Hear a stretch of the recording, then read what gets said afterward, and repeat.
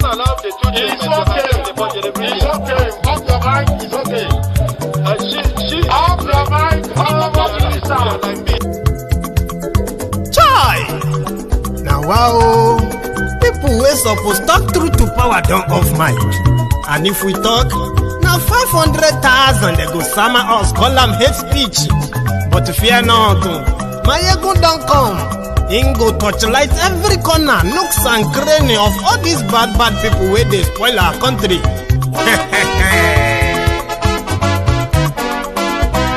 So my people make we laugh, oh, yo, yo. My ego don't come, oh, yo, yo. My people make we shout, oh, yo, yo. My ego don't come, oh, yo, yo. My ego don't come, man of the masses, oh, yo, yo. My ego don't come, oh, yo, yo. My ego diary politico, oh, yo, yo. My ego don't come, oh, yo, yo. This one not the off in mind, oh, yo, yo. My ego don't come, oh, yo, yo. And in the touchlight every corner, oh, yo, yo. My ego don't come, oh, yo, yo. Okay, some people be they holla say they want the power. Chai. Them be promise us say we go get light and power. Nah. Them hustle sote they can't get the power. But now they know they do anything with the power. Every day, dollar just they get the higher power over naira. See them talk say make we off mind. But thank God say my ego don't come. So my people make you laugh, oh, yo, yo. My ego don't come, oh, yo, yo. My people make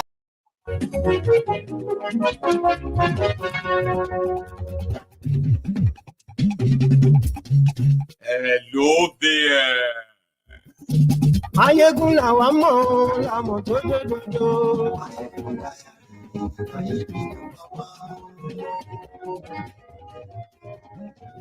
Mayegun làwa mọ̀ làmọ̀ tó dòdòdò.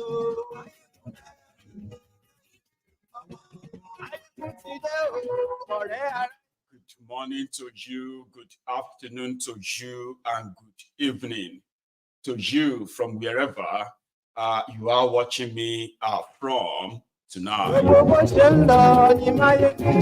Leave a message and said, Mayegun, correct yourself. You want me to say from wherever you are watching. I used to have those who kind of come here to do what you call the English teacher on Mayegun's diary political. I have told you many times, I'm not here, right, to speak maybe your own preferred English. I'm not here, right, to be the best English, whatever it is to you. I want to communicate, and I will use a communicative language. It doesn't matter whether it is grammatically right or grammatically wrong. That will be your own problem. As long as the majority can understand what I am saying, then that is called communication. You should share this broadcast, by the way.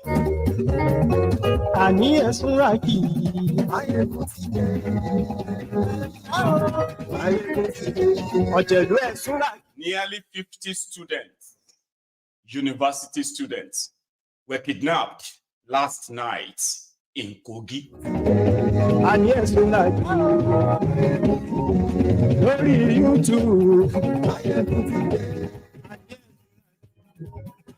Normal, I should be speaking Yoruba if we were never colonized.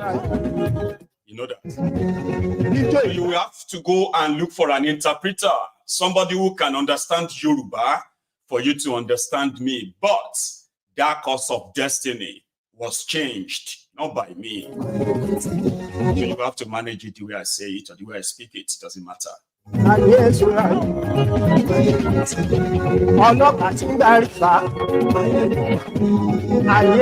should be an interesting night tonight. Please read the caption, read the description, share it, invite your friends, invite your not so friendly friends, and tell them that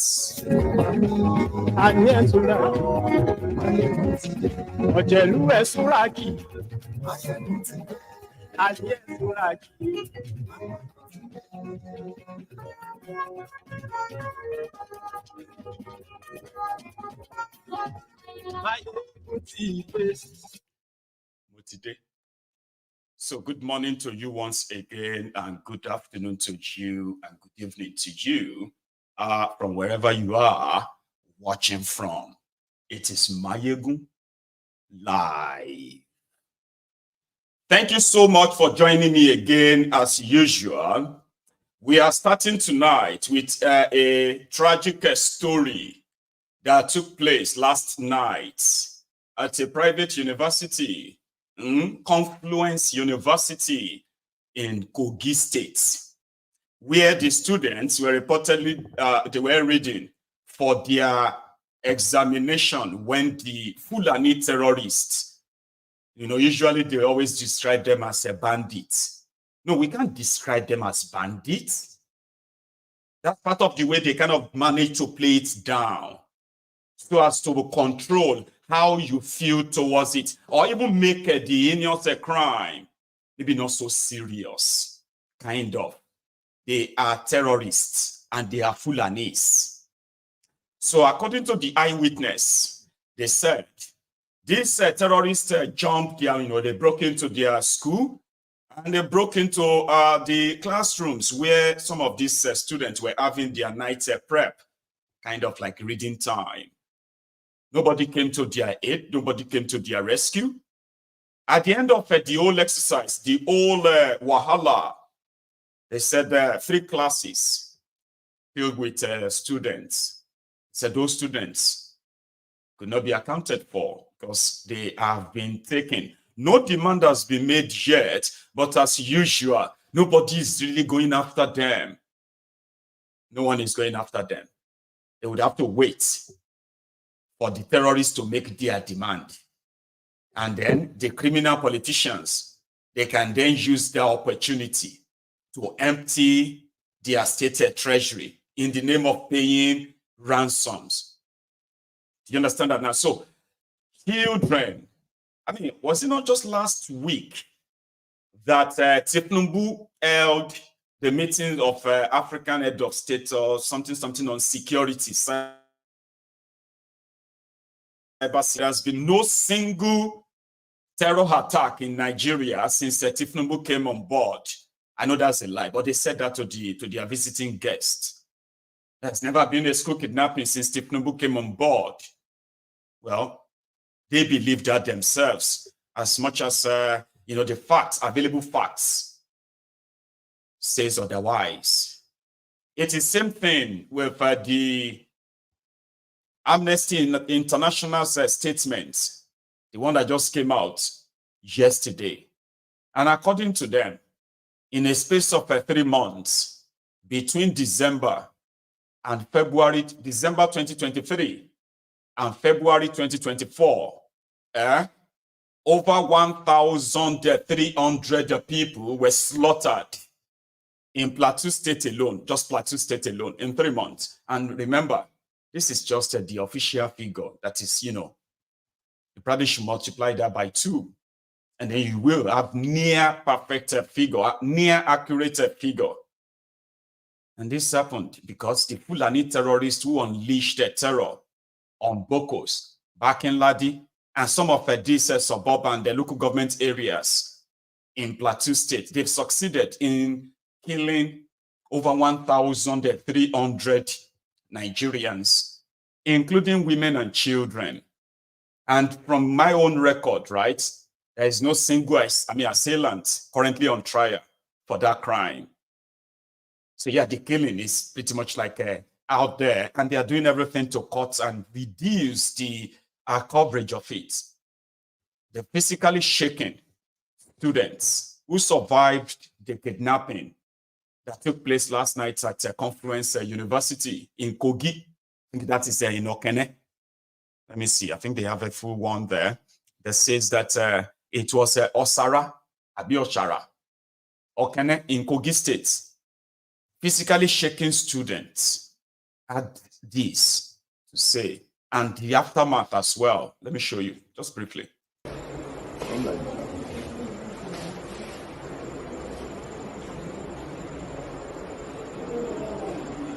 Girls like that, I don't look back. check for the other girl.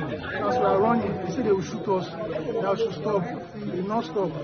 We move to LR5. We hide in that side door there. Then we are trying to off the light. But there's one of the bandits there. So then he spotted us. Sorry. Calm down.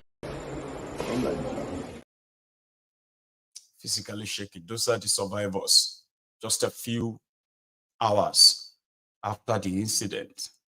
There's no security response. I also remember that Olodo of Kogi, Yeye Bello says to G, was making donation of cars, vehicles to the police in Kogi State. Yes, he was. He did give them about 40 cars or something like that. But that is what Nigerian politicians does. They build, they mount blocks, and they call them hospital buildings. But inside, you will find no bed. You found no equipment. You will find no doctors. But you will see these criminal politicians, they will cut the tape. They will take a picture of the building. They will tell you they have built ultra-modern hospital for their people. Then you will see them most of the times as well, doing donation to the police. Some are so special, like it is a thing for them. 5,000 cars donated to police to fight crime. In northern Nigeria, you will see some of them giving out 100 vehicles for security agents, 200 vehicles. But the moment the terrorist comes, all those vehicles, they will just disappear. It is called state-sponsored terrorism. For any terrorism or an act of violence to last longer than 48 hours, ladies and gentlemen, your government is involved. And that is why, if you see, when you organize, when you call out, say, okay, let us go and protest. We no go agree. We must protest tomorrow. Suddenly, you will see all your policemen dressed so neat with all these gears, anti-riot gears. You see vehicles, you see all kind of different guns.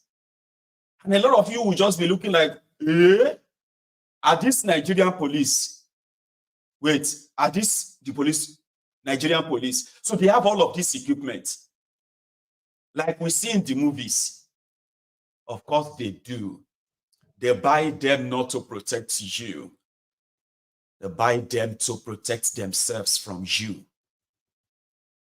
And in most cases, right, politicians who also volunteer, who donate cars to policemen in their states, it's called a sign of a goodwill gesture.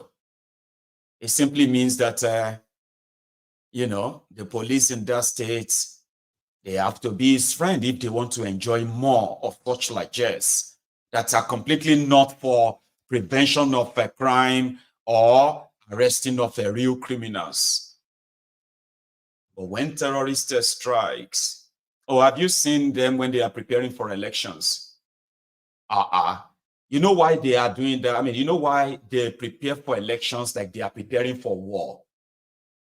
It is because, among other things, they still want to make you, they still want to make it look like you are the ones electing them. So anybody who wants to kind of prevent any election or what have you, which will cast a shadow of illegitimacy on any of such government, right?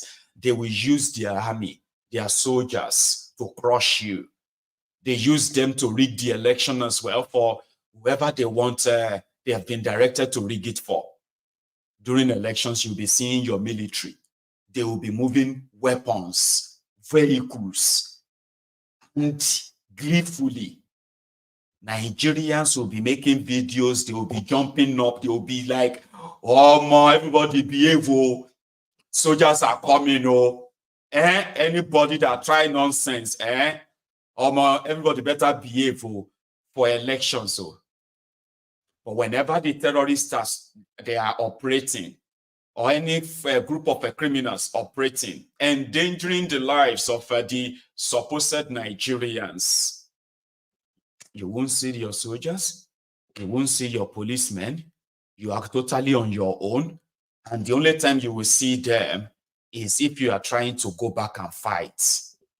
That's when they will come, because you have to be stopped. You can't go and fight. They allowed them to attack you. They allowed them to kill you.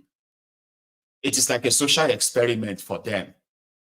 Do you understand? So if you know these two realities, and somehow, you still have this big mouth to call yourself a proud Nigerian, living in this,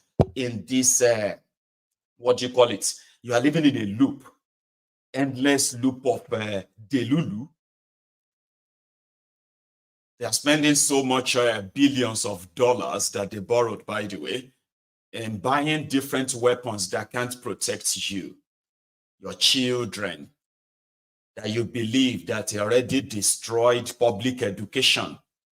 It's not going to guarantee your children a better education that you want for them. So you decided to go extra miles by enrolling them in private universities, private schools. And there you have it. In a lawless country, your money cannot even protect you. I keep saying that because it is true. You see, consequences of bad government, as much as a lot of you may not want to agree, maybe not a lot, but some of us may not agree, right?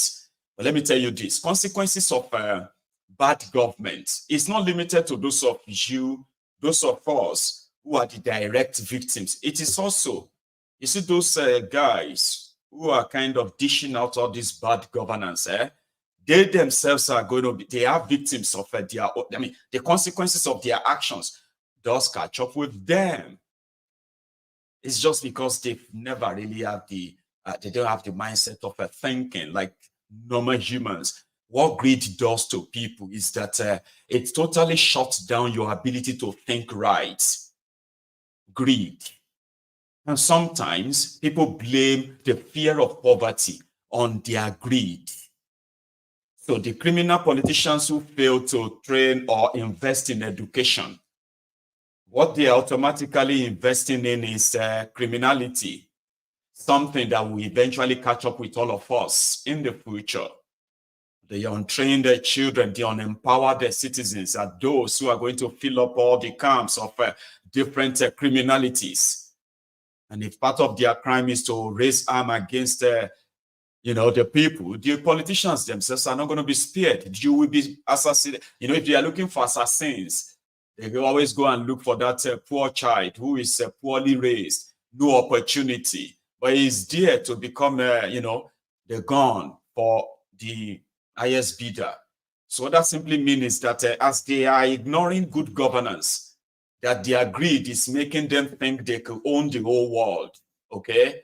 So many of you who have become that, who believe that with your money, you could probably create an alternative, alternative life or world for your children, forgetting that, and your children and the children of those whose, government policy have destroyed and made poorer, your children and their children are going to exist together in the same contraption, lawless contraption called Nigeria.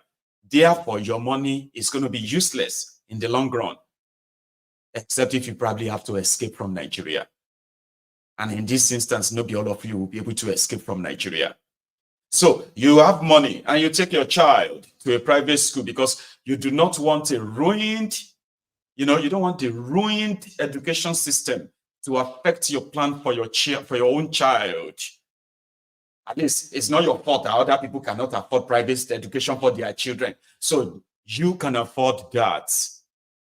But here it is now. You see, the children that have been denied education, majority of them have now been recruited into different kind of terrorist groups in Nigeria. Fulani terrorists, they said, it is to recruit a terrorist in Nigeria right now, in northern Nigeria. It is as cheap, it could be as cheap as 500 naira to recruit someone to join your terror group. Then promise them what they will make afterward. This is happening right now. Who do you think they are recruiting? Those economically disadvantaged Nigerians, the ones that are the victims of the greed of your leaders who want to own the entire world. Now, the same greedy criminal leaders who deny them education, who deny them economic advantage, economic empowerment, but they have to exist, Abi. Right. Now, the same people, how did they destroy education? Teachers are not paid or well paid. Lecturers are not paid or well paid. And at the end of the day, right, schools are shutting down every now and then. And at the same time as well, it's also becoming unaffordable for a lot of families. As the poverty is growing in Nigeria, people are choosing between food or healthcare, food or education, food or food. So priority is now kind of narrowing down to just to survive. You see, that plan of, oh, let us invest in our future, let us send our children to school, and this and that are becoming almost like a secondary law. I mean, like third or fourth plan of people now. They just want to eat and they want to live. They want to eat and they want to live. And every day, this population of uneducated Nigerians, unempowered Nigerians, totally disadvantaged Nigerians are growing too. But you have money, okay? You are not going to join them to demand for a better educational system. You would rather buy it for your child. Then you take them to private schools. You take them to private universities. Private schools owned by the criminal politicians who failed, or let me say, who destroyed the same public school. You see that now? So you are creating the world that you believe money can buy for you. Therefore, a lot of you are chasing money. But there will be a moment whereby you come close to the reality. Your money can't save you. Nobody's money can save them in that contraption. Nobody's money. So you send your child to a private school, they get kidnapped. And therefore, you have to come back and ask the criminal politicians to save your child. Your child is going to live with the trauma of being told that he's safe from the abnormalities, the maladies in that contraption. But he's now realized that it's not safe. Nobody is. You have all the money you want. You are hearing the news that doctors are underpaid. Doctors are not paid. They are owed salaries for years. You are hearing all that news, but you do have your own money. They say, oh, the doctors are going on strike. You have your own private family doctor. Why should you bother? Only poor people will be bothered that doctors are going on strike. And unfortunately, you see those hospitals you call private hospitals, they ended up being owned by the criminal politicians who destroy the public health care. Same with the schools you send your children to. The people who destroy the public education, they are those who are building those private schools. Since they couldn't provide education, they couldn't provide future security for these lads, right? How are you sure they will provide security for your own children inside their world private schools? Reality, you've got money, then you go to one day, you go to the hospital, you have a medical emergency, you go to the hospital, they told you the specialist that could possibly attend to you is no longer in the country. He left Nigeria a year ago. Meanwhile, you've been reading in the news, the brain drain, how many professionals are leaving in different sectors in Nigeria. You kept mute because it doesn't concern you. You can afford it until when you realize that you come face to face with that reality that terrible or bad government does not spare anyone. Everybody have his own share of that shege. And if you continue to avoid it, if you continue to pretend that it is not happening, simply because you can afford to avoid it, or you can afford, right, to buy an alternative comfort for yourself, there's going to be a time that this reality will set in.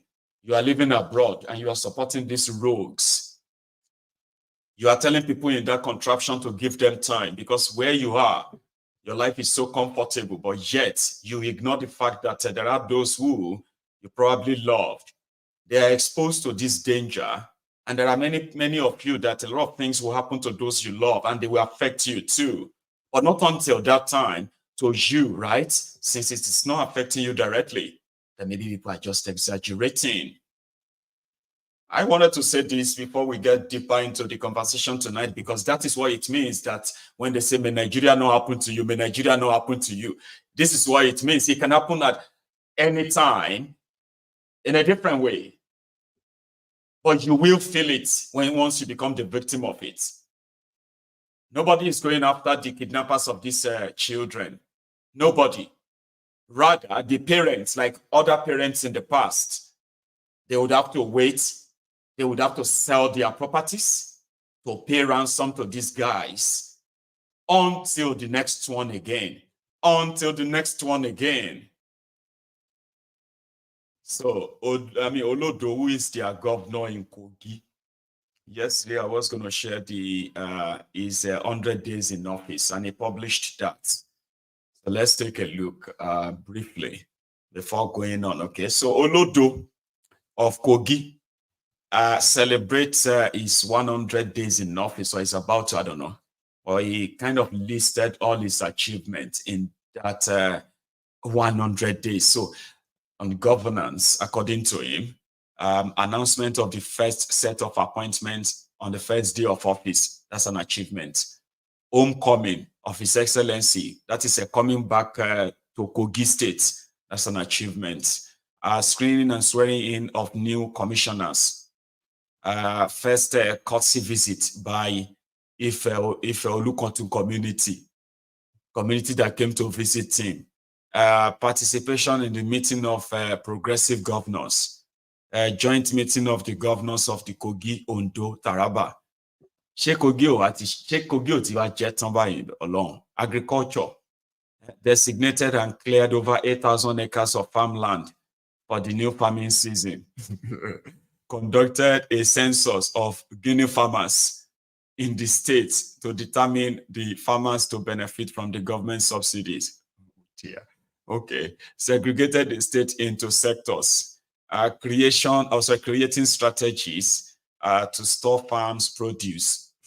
Okay. Committed to sign up as the single largest off-taker of agricultural products from farmers in the Anyway, education, payment of external examination fee for all Kogi state students for WAEC and JAMB. Wow, that's an achievement. I like that because I know a lot of people that won't be able to pay for JAMB about pay for WAEC. Like normal, because people can be very poor that they can't pay for those things, honestly, right? And then, a child's education is totally shattered. So, which is good. I like that. Payment of external examination fee for all Kogi State students for WAEC and JAMB. Why don't you call them AG? Did they do that twice in 100 days? That is just one, right? Okay. So payment of all outstanding fees to all students association and youth organization in the state. Outstanding fee. What is our outstanding fee? Okay. Anyway, embark on the training of teachers in Kogi State. Deploy new set of teachers recruited by the Kogi State. Okay. Anyway, what should I say again? Okay, completion of internal roads at Confluence University of Science and Technology. So you see that Confluence University of Science and Technology. Some people believe that it's actually owned by Yeye Bello. Okay, but I don't want to say that. All right, but like I said, the private schools are owned by the politicians who destroyed public schools. Okay, so or failed to fund public school. You see the irony. Now I said, ongoing construction of 350 capacity male and female hostels at Costech, Confluence.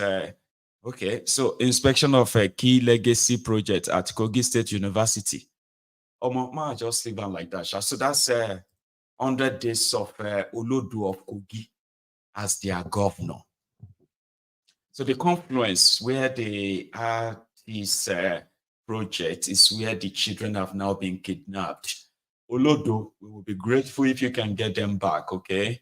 We will be. And to the families of the kidnapped students, our hearts are with you, because that's the most we can do. We can't that's the most we can do, Sha. Anyway, we'll pray for you. And then we also pray for the next victims. You see, some of us who are watching this video right now, we are watching and then we are hearing about the current victims, okay? These are the current ones now. You see the victims of yesterday. They were the survivors of the day before yesterday. You see, all of you that survived yesterday, you are like the survivor of yesterday. You are the potential victims of today. And if today is almost ended now, don't worry. That means you have survived today again. All right? Tomorrow, you are the potential victim of what Nigeria can do to you tomorrow, whether you are home or you are abroad. So our hearts goes to them again, and we hope that they will be returned unarmed. Okay? But going forward, ladies and gentlemen, 1,336 people were killed by the Fulani terrorists in Plateau State in 3 months. Think about it. 1,000. What? Do you know how many people? How many heads? It will be like 100 heads, 100 people. Now, from what the Amnesty International sort of shared with us, right? Amnesty International make us realize that in 3 months, under Kolu, in 3 months, 1,336 human beings, Nigerians, were slaughtered by the Fulani terrorists in Plateau State in 3 months, just 3 months. And from the record, right, they said 533 women, 263 children, and 540 men were recorded, documented, verified by them as the victims of Fulani terrorism in Plateau State alone in 3 months. There is a report on that. For Amnesty International Nigeria, the Nigerian government has failed to protect the lives and property of the people, judging from the incessant attacks on people of Plateau State in recent times. The organization revealed that over 29,000 people, including women and children, were displaced between December 2023 to February 2024 in Mangu, Bokkos, and Barkin-ladi local government areas, a situation it described as unacceptable. The pattern of the recent deadly attacks on rural areas in Plateau show that the Nigerian authorities have left these people and these communities at the mercy of rampaging gunmen.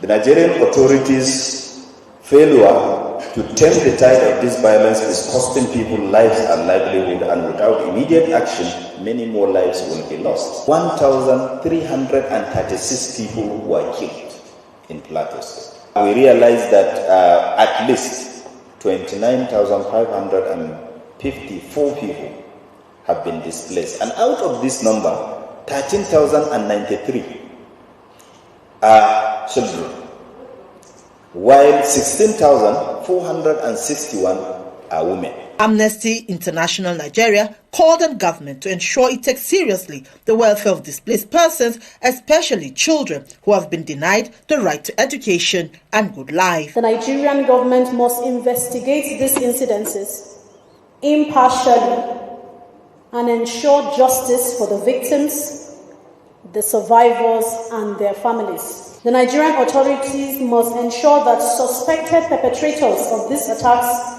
are brought to justice through fair trial. People displaced must be provided with adequate humanitarian support, and children's education must be continued. They noted that there is a lot the federal government must do to put an end to the unwanted killings of innocent people in Plateau State. over 13,000 children are victims. They are survivors of those attacks. And you are right, Martinelli. Nigeria have a problem of number.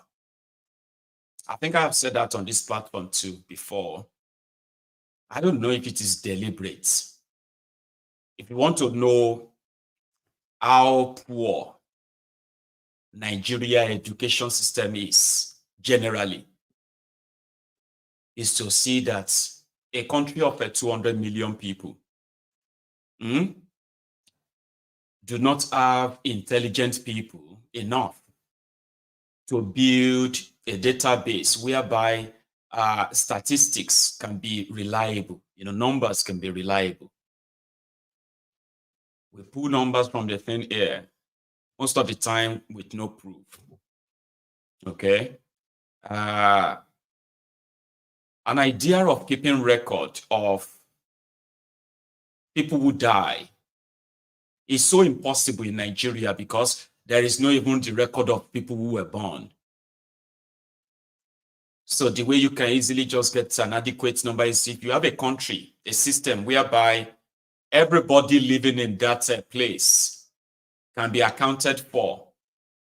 I mean, a biometric collection of every child born and every soul, every person that dies. Now that's how you keep record. So I get you, Martinelli, okay? And that's why you see a lot of them, they just pull numbers anyhow, all right? What is wrong in probably naming or giving the full names and identity of every victim? You see, in when they did that, during that Nigeria genocide against the Igbos of the 1967 to 1970, right? So most of the people that got killed, the Nigerian government, the Biafran government, both sides, right, couldn't help keep a sort of, adequate one-by-one record of the victims. They all possibly did all they could, but there is nowhere we can go to now and say, oh, do you want to know everybody that dies during the Nigerian Civil War? And their age and everything about them when they died. Now here is where you can go to, and you can see all of that. Okay, so it's not that this thing is not available per se, but over the years, okay, keeping this record or collating them in the form of a record whereby it's going to serve as a reminder, sort of, right? Totally lost on the both sides, and to this day, both sides continue to kind of drop different figures of how many people actually died or killed during the genocide. It's such a very bad thing that it has now been part of Nigerian thing that even a governor can come out and tell you that he wants to construct a 10-kilometer road for 20 billion. So by the time you begin to break it down, it won't make any sense. And to them, they will say, we have to put other factors in, including people that will steal money, so that at least they will construct the road. So we have number problem. I will agree, but we have also seen the surge of videos of most of the displaced persons scattered all over the middle belt part of Nigeria and the core north. And I'm talking about the numbers that you will see. And if they tell you that you see all these heads, thousands of them that you are watching or seeing here, they are all refugees. And this place is a refugee camp. It's a big, big problem and a big menace. However, for those who kind of really want to look beyond just the number, whether it is one person or if it is 10 people or if it's 10,000 people, right? It actually requires the same feeling. These killings have to stop. Because every day that they take all these souls here and there, cut these lives short every now and then, they are denying these supposed people, they are denying this land the opportunity of brainiacs, of humans, people who could possibly change our world. Yes, it's unfortunate that we got trapped and got forced together like this. But when you see us being taken out from left, right, and center, north, east, west, everywhere, all because of a terrible, rigged political system that doesn't give a damn about any of us. At that point, Baba, we should be concerned. It doesn't matter whether it is one person or if it is 10 people, like I said, or 10,000. Because what is killing one is the same thing that is going to kill 1,000 and even 1,000,000. And with what these guys have done, enough to know that this is a state-sponsored terrorism in Nigeria. Okay? That then automatically means that those who are supposed to protect us, those who are supposed to protect you and your children, they have absconded from their responsibility. They abandoned it. Now you are on your own. So it is now more or less like you are just there waiting to be killed. You are never going to be protected. Expecting them to is like expecting, the stone to start squeezing out water. You get what I mean? So it doesn't matter if it is 1 or if it is 10.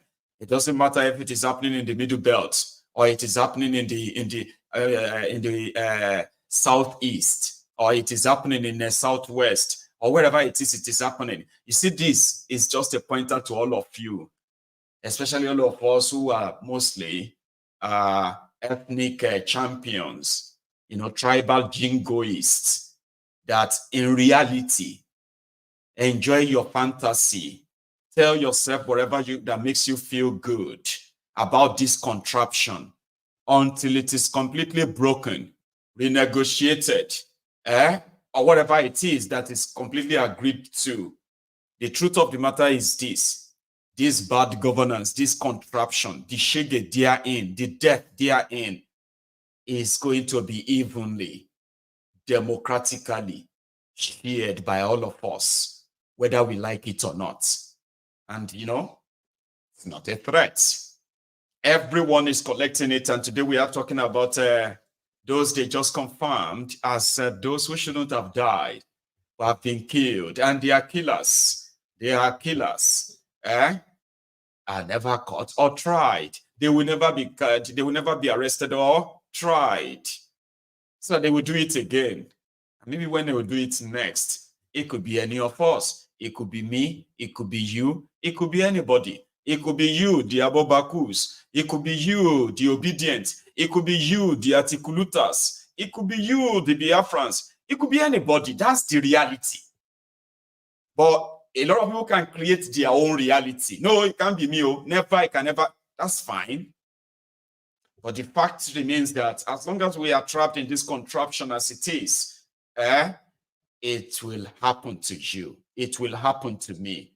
The whole question should be when. And the answer is, it's a matter of time. You do not want that to happen to you at all. You are going to join us demanding for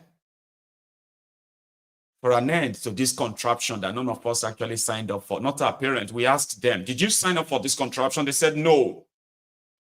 It was foisted on them and they just wanted to try and see if they could make it work. Now, they couldn't. We won't try to make it work. That's what we have to know. You must not try to make that contraption work. Trying to make it work is just an extension of the lifespan of something that is completely out of his league, out of his place. It's currently outdated. I don't know if I'm speaking too fast for you, or probably speaking too indirectly. I am very clear. The point here is this. Nigeria will happen to all of us sooner or later, now or later. As long as the contraptions still continue to exist, telling yourself that you could make it work is just trying to extend the lifespan of something that shouldn't no longer exist. It's not in your own interest. But until you kind of understand that, we will continue to share with you. So I may not have much for you when it comes to this security of a thing, but you should listen. You should probably try this man. He's from the Middle Belt as well. I heard he's kind of training people. I mean, he's training people On self-defense, you might need this. Sorry to my people on TikTok, you can't see this video. Go on YouTube, you will see it. Just a few seconds of self-defense. Would you try this?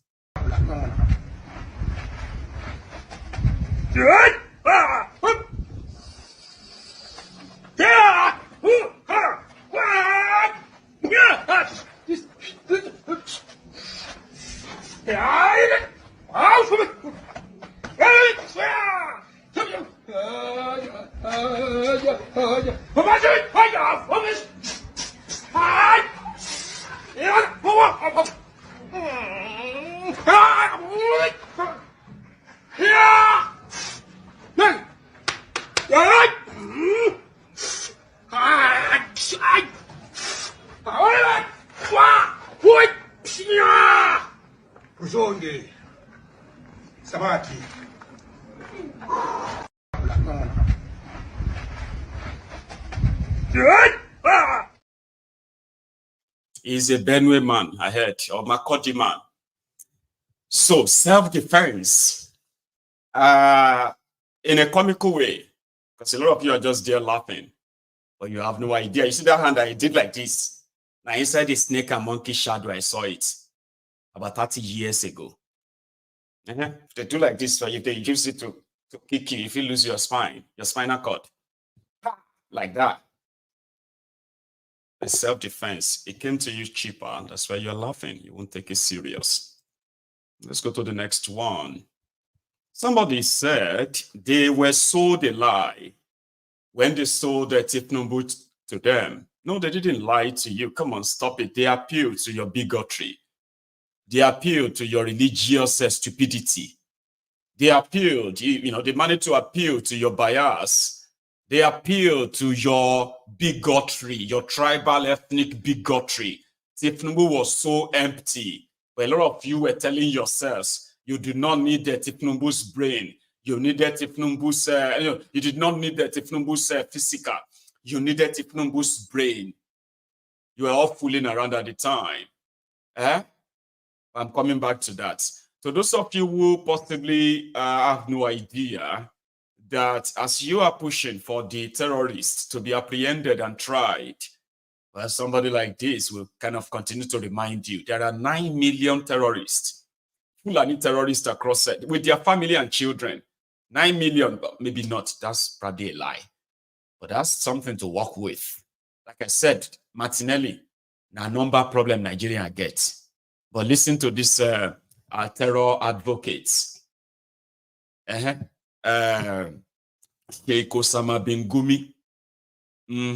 Listen to him. To those of you who are still there, open on Nigeria and all of that too, think about 9 million terrorists. And go ask to very wrong. Tell me where you want to run to, Martinelli, with this 9 million terrorists. We have Nigerians there. In fact, it was estimated that there are about 9 million plus herdsmen in all scattered in the bush. We can educate them. We have Nigerians there. In fact, it was estimated that there are about 9 million plus herdsmen in all scattered in the bush. We can educate them. We can concentrate so much on them. Should we say Nigeria is ungoverned because you just said something like that? You go a length, you don't see police and all that, or shouldn't it be a case that we need more of these, the presence of the government in some parts of the country? Or not only in some, the government should be present everywhere. What we can do also with the herdsmen, like we did with the Niger Delta militants, when they are rehabilitated, when their grievances were listened to because of international pressure. I don't think it's because of Nigerians. If Nigerians, they will say, let them go and kill themselves and die. But international pressure put on Nigeria, we had an amnesty program, to rehabilitate them, to educate them. There is a relative peace and quietness in the Niger Delta.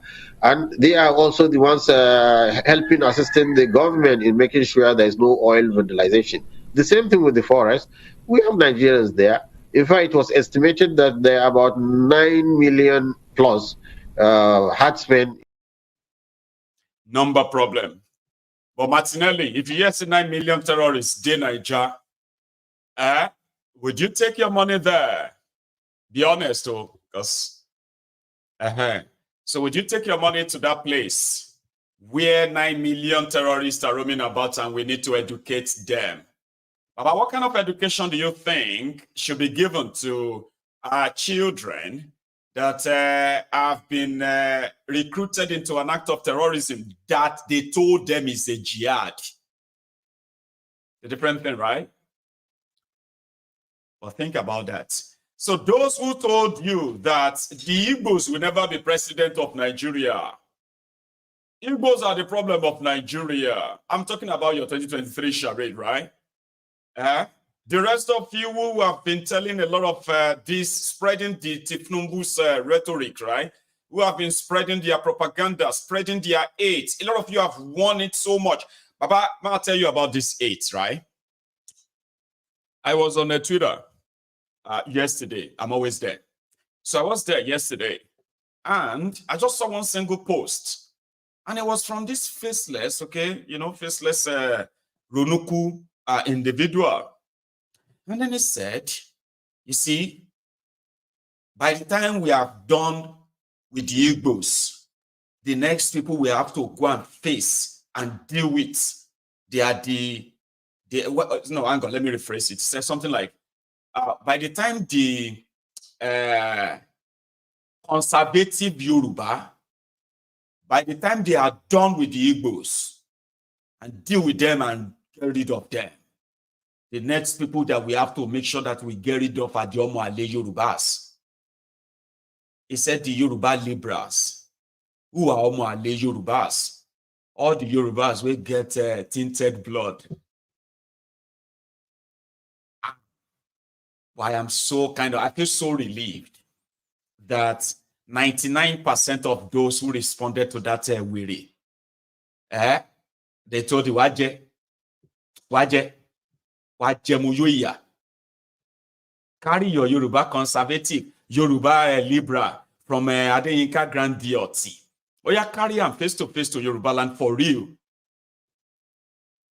Because that's why we have to really tell a lot of us here that there's something you have to know, that the damage that, or the damages that this bigotry, Thiefnubu and co have done, they push a lot of that on social media. And then off social media, they push the same thing. Okay? And most of these people who are pushing this idea or ideology, they are wretched people. I'm talking about the poorest of the wretched of the wretched, who somehow have been able to find their voice when they were told by Thiefnubu and gang that the Igbos are coming to take over their land. Oh, the Igbos have taken all of their land. Remember Yemisi? Yemisi that had their sleepless nights. Somebody where they live for America. But she was having sleepless nights because APC lost the election in Lagos. He said the Igbos have taken our land, our job. Remember her? Oh, I played that yesterday. Let me remind you. Here. So long that we are not even challenging. To say that I'm not hungry is I'm just kidding myself. I've not been able to sleep. I've not been able to do anything. I've been awake all morning and I'm still going to work today. This is totally uncalled for.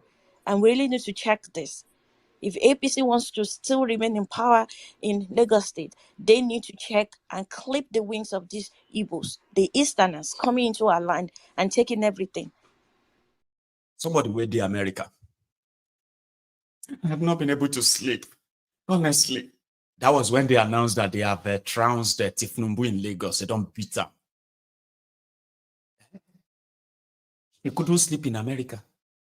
We must clip the wing of this Igbo. We must reclaim the wing of these Igbo people. They are coming to our land and taking everything. Somebody living in America is saying that online. That she couldn't sleep. She couldn't do anything. He was supposed to go to work. Now she didn't get herself. She didn't get herself. Because APC, Egbekegbe, appealed to her bigotry. And they were all like bigotry on steroids. Yorubas that knows this druggie and knows the people around him, we publicly rejected these criminals. and everything that is associated with them. Then they started the campaign of, wow, listen, there are some Yorubas who don't like Thiefnubu. So we need to begin to accuse them that they are Omoali. Okay?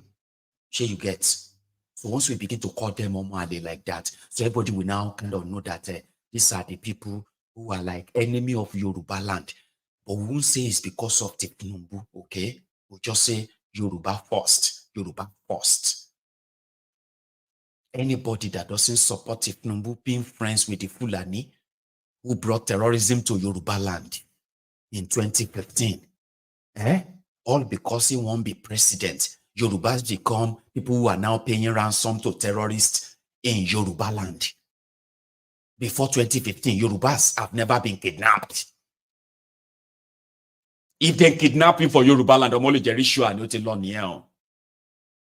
Yeah, nobody they kidnap anybody for ransom in Yoruba land. Nah, until 2015. That is why they kidnap anybody in Yoruba land back then. People will begin to go to church. They will go to Babalawo, Mamalawo, Brobitala, all these places, prayer houses. And I have seen people who have come back. Somebody will go sleep with a boyfriend, but they look for him. They said, the Woli said, I need láti gbàdúrà gidigidi.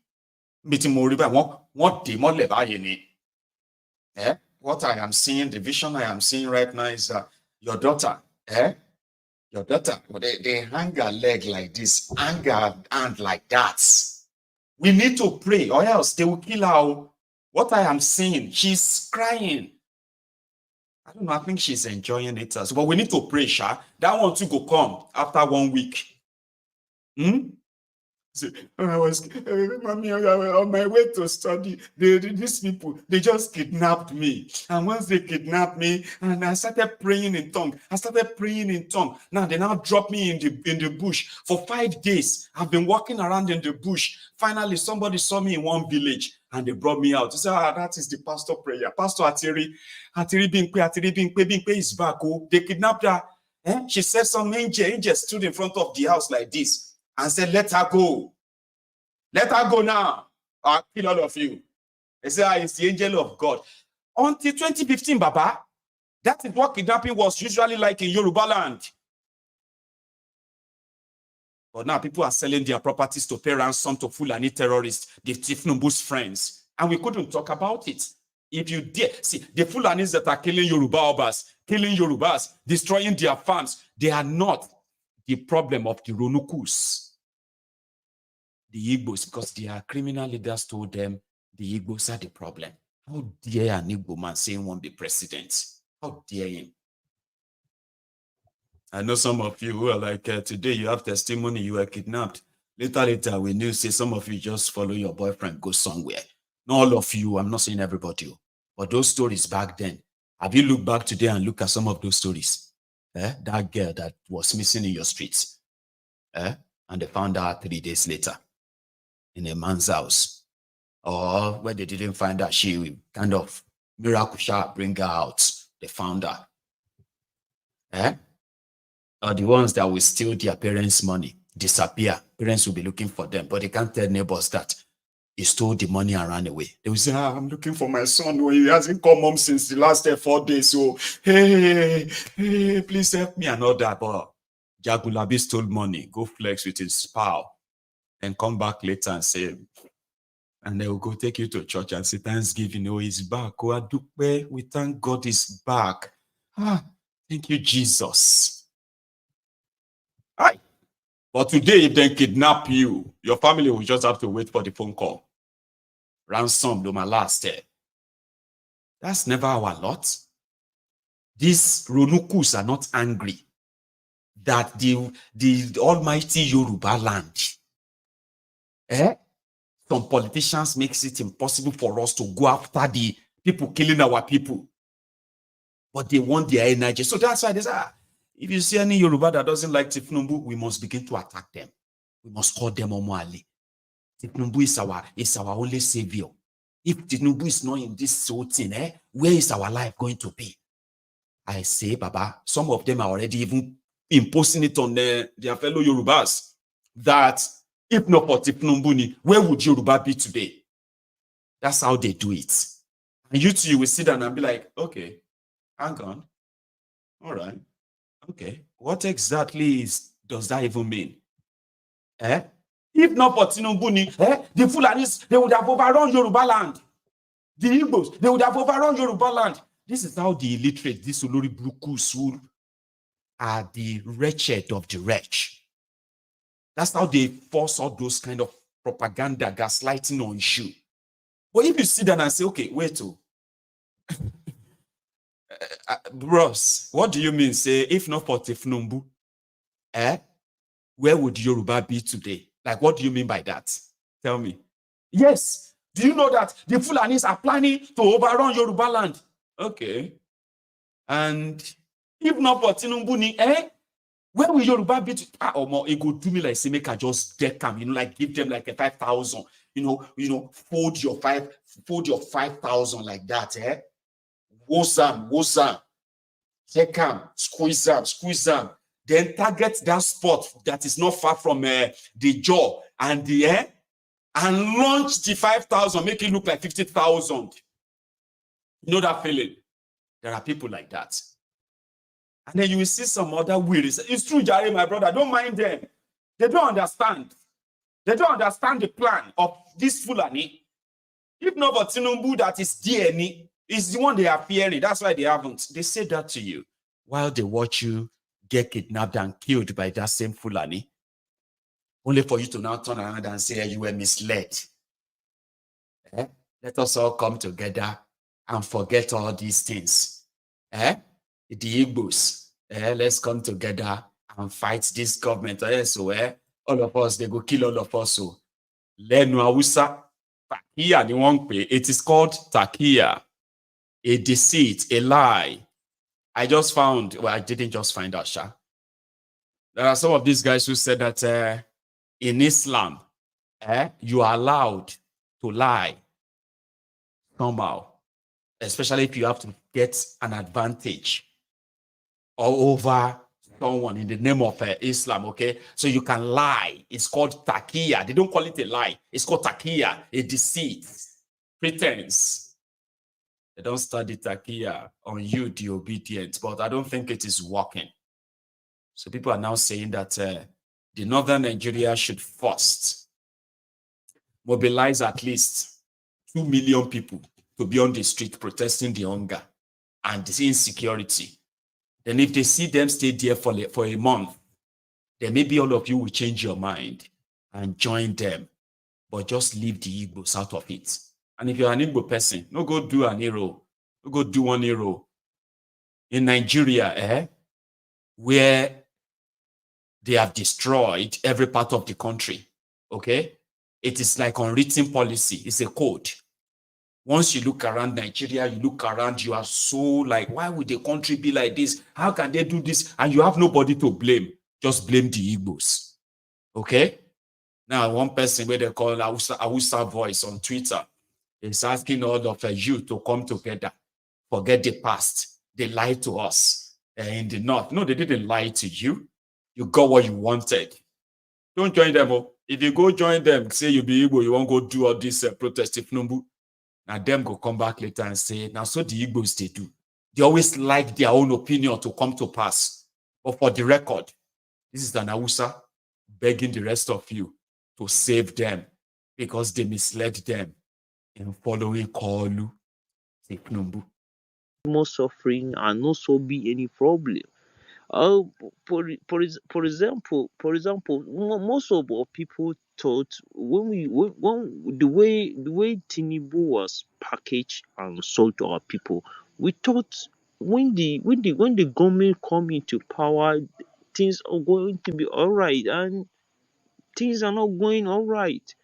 So many charges, fuel subsidies removed, so people are virtually suffering, and you can see from the language of anybody, unless only the people close to the power that they are not complaining. So that is the reason why people are not happy with the system, and I think we have to come and see how we can, because if we really want to want to get rid of this administration, we have to build a bridges, for example, with you people, so that we can come and have a one voice, one opposition, and win. This is politics.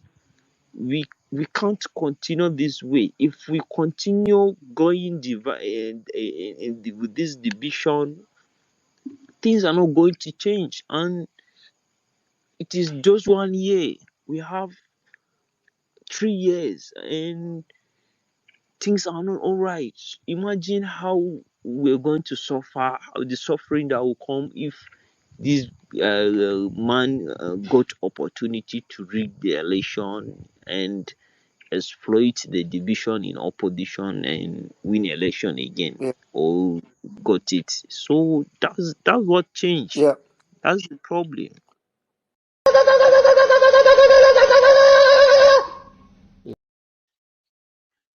That's what changed. Nothing changed. It's called Takia. Takia. Whatever it is they expected from Thiefnubu, they give them. And not be only them. The Aronukus in the south, in Yoruba land to be precise, they too.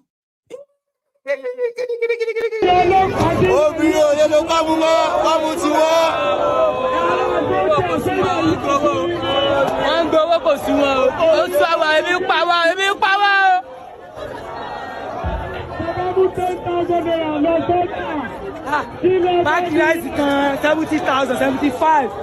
That's rice.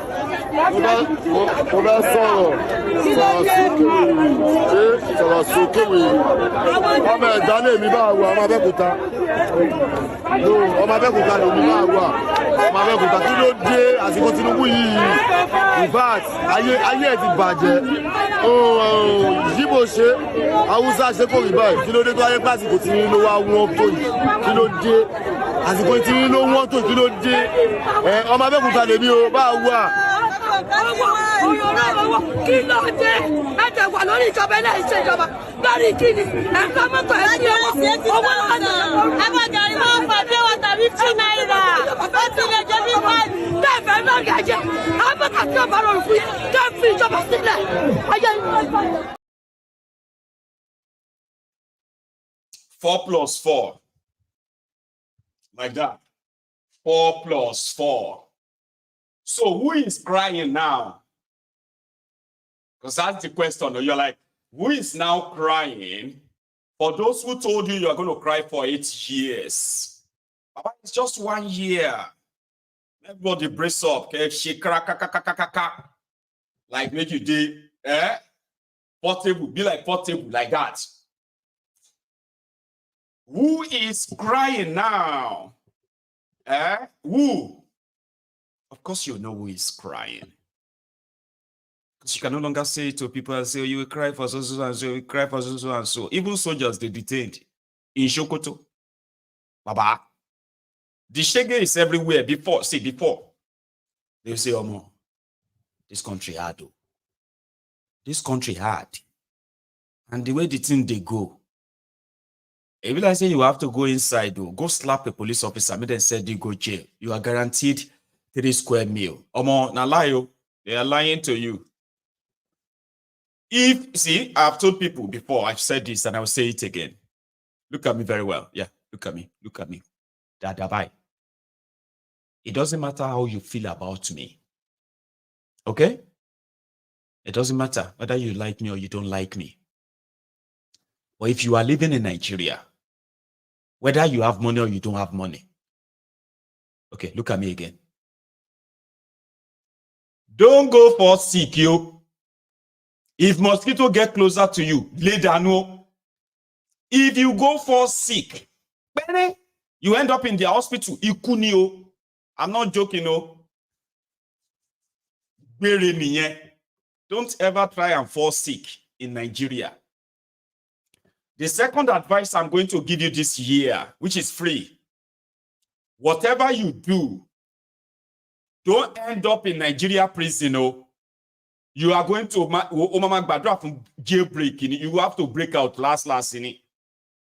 That will be the second one. As a soldier, I don't know what you will do that they will lock a lot of soldiers up like this. Somewhere in Sokoto, they have some Nigerian soldiers for insubordination or for some this or that, for sharp punishment, right? They lock them up somewhere. They don't give them food. Nobody break out of prison. If now you don't go break out of this place, if they lock you there, they won't kill you, they could kill you. See where they lock Nigerian soldiers. Where the jailbreak happened. In Sokoto today. No confirmation, they are waiting. Keep telling us they are waiting for confirmation. 5 years. So, I want to let you guys know, look at where soldiers are sleeping. Many soldiers have finished their case and the confirmation has yet to come, and they also refuse to release those ones that has been dismissed. They dismiss a soldier and they refuse to release them. If you dismiss a soldier, what next is to allow him to go. Let him go and start life new. But they refuse to release those soldiers. Over 40 soldiers have been waiting for confirmation for how many years now? In 80 Provo, Sokoto. Look at the soldiers. We are over 100 soldiers here. No place to sleep. No place to sleep. Sir, I want you to look into this case. 80 Provo, Sokoto State. I want you to look into this case. Major General Mokut is the GOC in this deal. And the federal government is not doing anything. The soldiers are suffering. Salary is not enough. Jubilation every day. Look at where they are keeping us. No fan. The weather is very hot in Sokoto. You can see this fan. There's a soldier fanning himself with this fan. This is how we survive for over how many years now? No release. If you go to court, the court refuses to stay. Today they will tell you that the legal service is not on seat. Tomorrow they will tell you the court president is not on seat. The next tomorrow they will tell you the lawyer refused to come. After paying lawyers, many people are here. 3 years. They are not seeing this. Look at where we are staying. Look at where we are staying. Many soldiers have spent 4 years no salary. No, 4 years no salary. 4 years no salary, and they are still under detention. Their family are suffering. They will pursue a soldier wife. A soldier wife will come to visit her husband, and they will pursue the soldier wife. They will not allow you to see your wife once in 1 month. They seize our food. The commander of the AD provost refused us to buy food. He said we should not buy food, and the food they are giving us is not enough. Look at where we are sleeping. This is where soldiers are sleeping. Look at where this. Over 100 soldiers in this detention. Each room, we are almost 8 in number. Each room. The weather is so hot. You can see my body. You can see my body. I'm sweating. You can see my body. Look at the food we are eating. Look at the kind of food they are serving us. See the food they are serving us. This is one man food in every provost. We are not eating well. Look at where soldiers are sleeping. It's not a yam. Look at where we are sleeping. Look at where we are sleeping. Over how many years now we are suffering?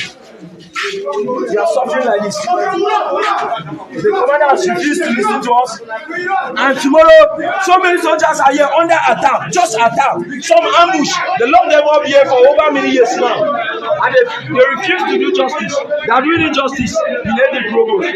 Today, we thank God this has happened because we have endured enough. We have one of the MP provosts here. And his name is Last Corporal Courage. So we will detain him here until the authority do the needful. We are too congested in this custody. Look at what is going on.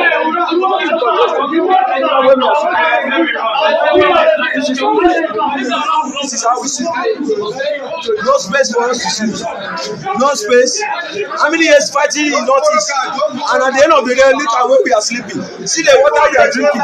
See the water we are drinking. This is the water we are surviving with.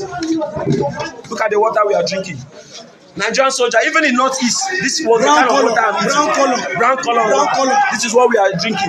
Because the authority has refused to do the needful. They refuse to do the needful. I plead, it's a petition, that the federal government should do something about the Nigerian soldiers in detention. I also plead that the Nigerian government should always visit military detention because so many injustices are going on in the military. So many injustices. A soldier will have a case of lost ammunition Just one ammunition, they will keep a soldier for how many years? 5 years, 3 years. Just one ammunition. A soldier will be under ambush, they will detain the soldier to write statement. Look at where soldiers are sleeping. This is where we are sleeping. You can see the food we are eating. See where a soldier is sleeping. You can see where Nigerian soldiers. All this fan, we are using it. We are using this fan in order to fan ourselves. 10 soldiers in single cell. The commander, Lieutenant Colonel Obot, is claiming that the Nigerian army belongs to him. Federal government, come to our aid. Come to our aid. It's too much. Nigerian soldiers are suffering too much. We are suffering too much. The Nigerian Air Force and the Nigerian Navy are not treating their soldiers like no confirmation. How many times would they tell you before you know that Nigeria is not for you? Ah! Now they never leave you. They have left you behind. Photo, not be juju be that. Sorry, oh. May God not allow them, make them kill you. May God not allow them, make them kill you. Those people were asking, what did they do? Well, that is the military detention, or you can call it a military prison. Most of the people they detained there, they were the soldiers who survived ambush, terrorist ambush. Some of them, they were detained to write statements, and they've been there for like a year, 2 years, okay? Soldiers who protested their payments, poor payments, and all that, they were sent to the prison. So, military prison, all right? Now, there are more than 100 in that space that you saw in that video, okay? And in fact, it is the action before they finally broke out, because the problem was that they held one of the provosts of the military provost of that prison. They held him hostage, and they made that video that they have to do something about their situation. These were soldiers that they kind of, if you are sent for insubordination, not resuming to duty in time, or any other kind of accusation, okay, you end up in the military prison, and that is their life. That's their life. So what's the difference, right? It was showing you the food, showing you the water, the space. Abuja is the federal capital territory. A lot of Nigerians will probably look at Abuja like Abuja is going to be like a small London. Oh, beautiful roads, fancy buildings. But it's a city without water. Imagine you having to live in Abuja, and somewhere in Abuja, you have people who are drinking. People, humans and animals were drinking from this stream at the Nigerian Federal Capital Territory, Abuja. Yes, Oga, look at this way. Now, these people are used to come from their village to the river I was telling you about. Sorry, I traveled. I just came back from school yesterday. Look at the water they are used to drink. I am Fulani. Look at it. Look at the water they are used to drink. Look at it. Look at the main place they are used to fetch their water. This is the main place. Then some people that maybe they might come late, they might come late, then they might be following this process for them to get the water. So in order to stop those people entering inside, they have to put some blockage so that they won't be entering inside. Then look at it. Look at where they are used to enter. Look at their legs. That's where they are. Let me enter. Let me myself enter, then you will see where exactly they are going to. Then look at where they are going to. Then look at the main place the water is coming from. Look at where your people are drinking water, and you be inside town enjoying your bottled water, pure water, and the rest. Look at the main water they are used to drink. Look at it. Look at water they are used to drink. Please, for crying out sake, please, we are pleading. We need your help, please.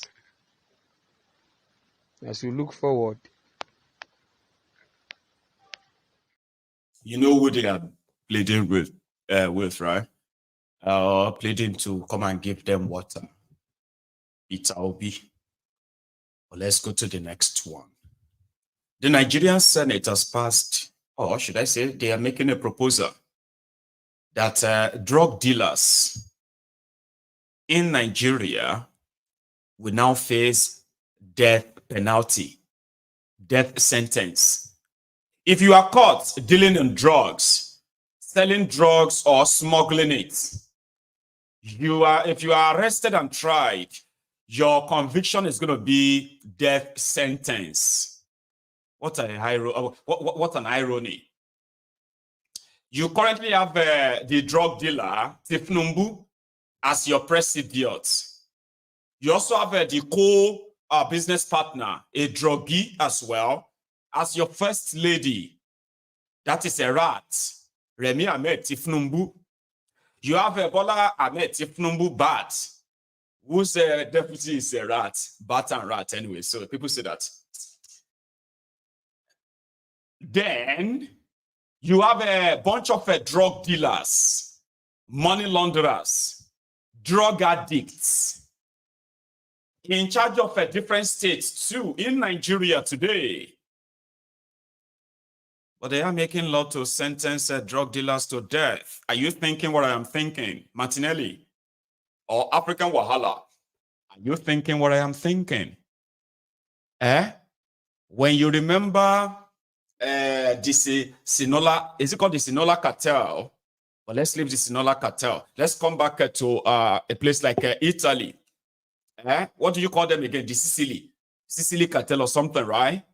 Now, if you have the power for you to control the markets, what do you do in those drug deal movies that we have seen? If you have any power or instruments to get rid of your competitors, would you do it or not? Well, you will do it.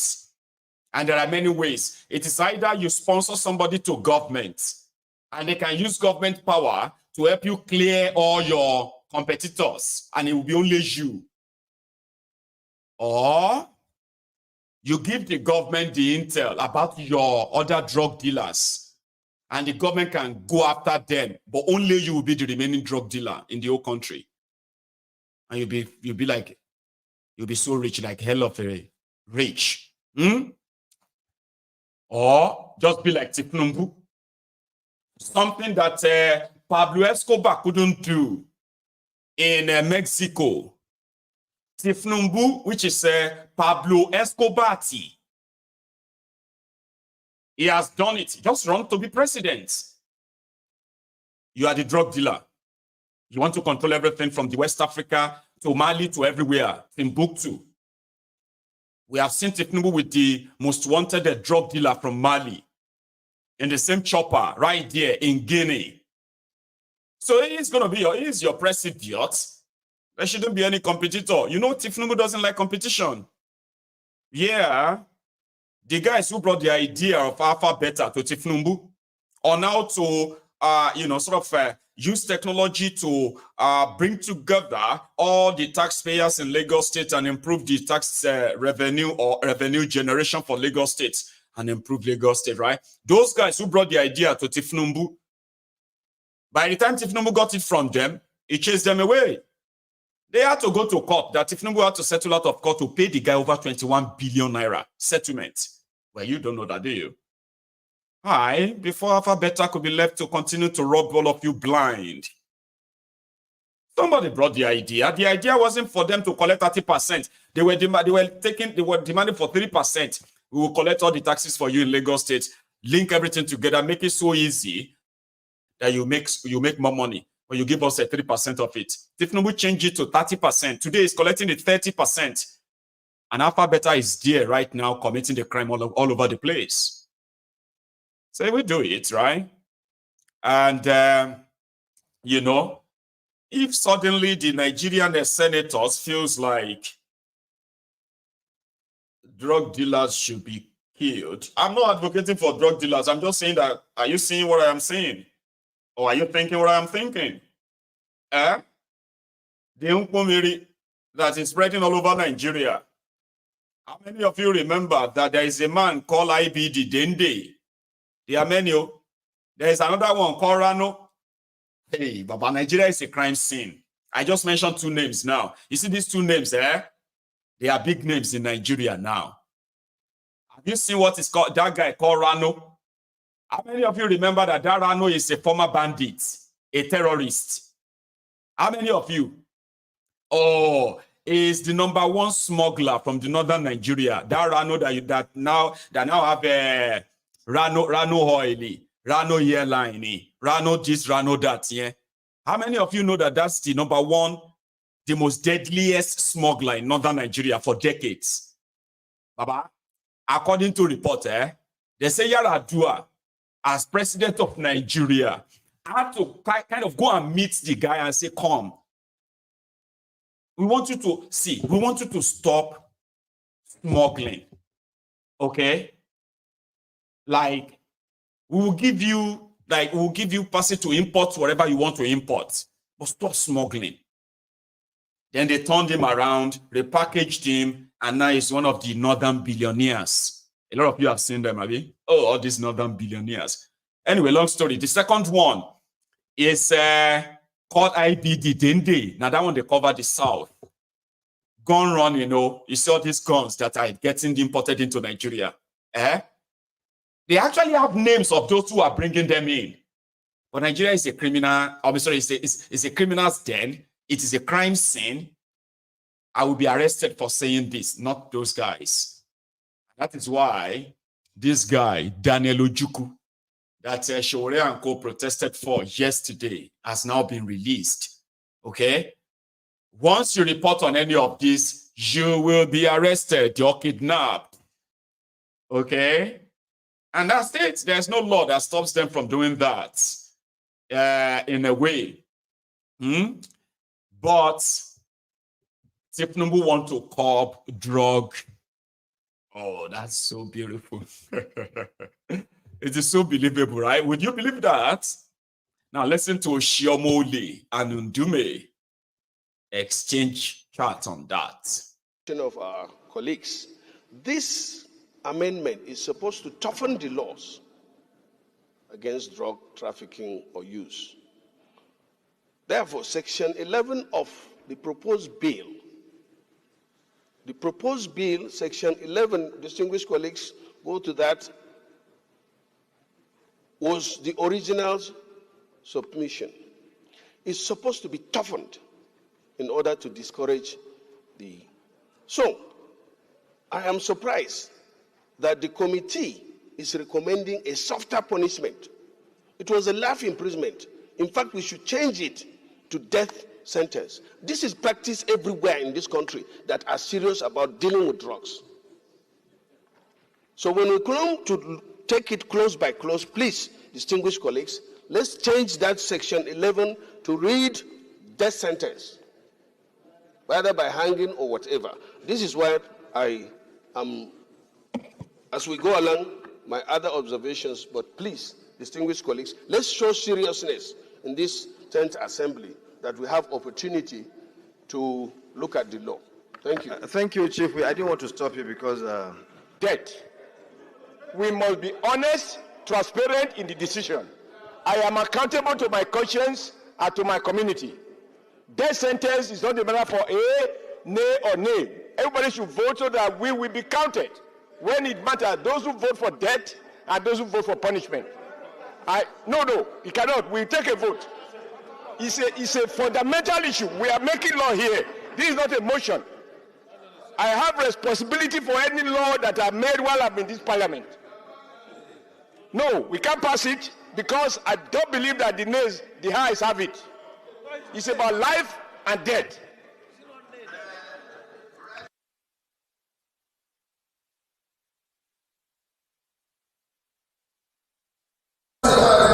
You didn't go for a division and move out of it, so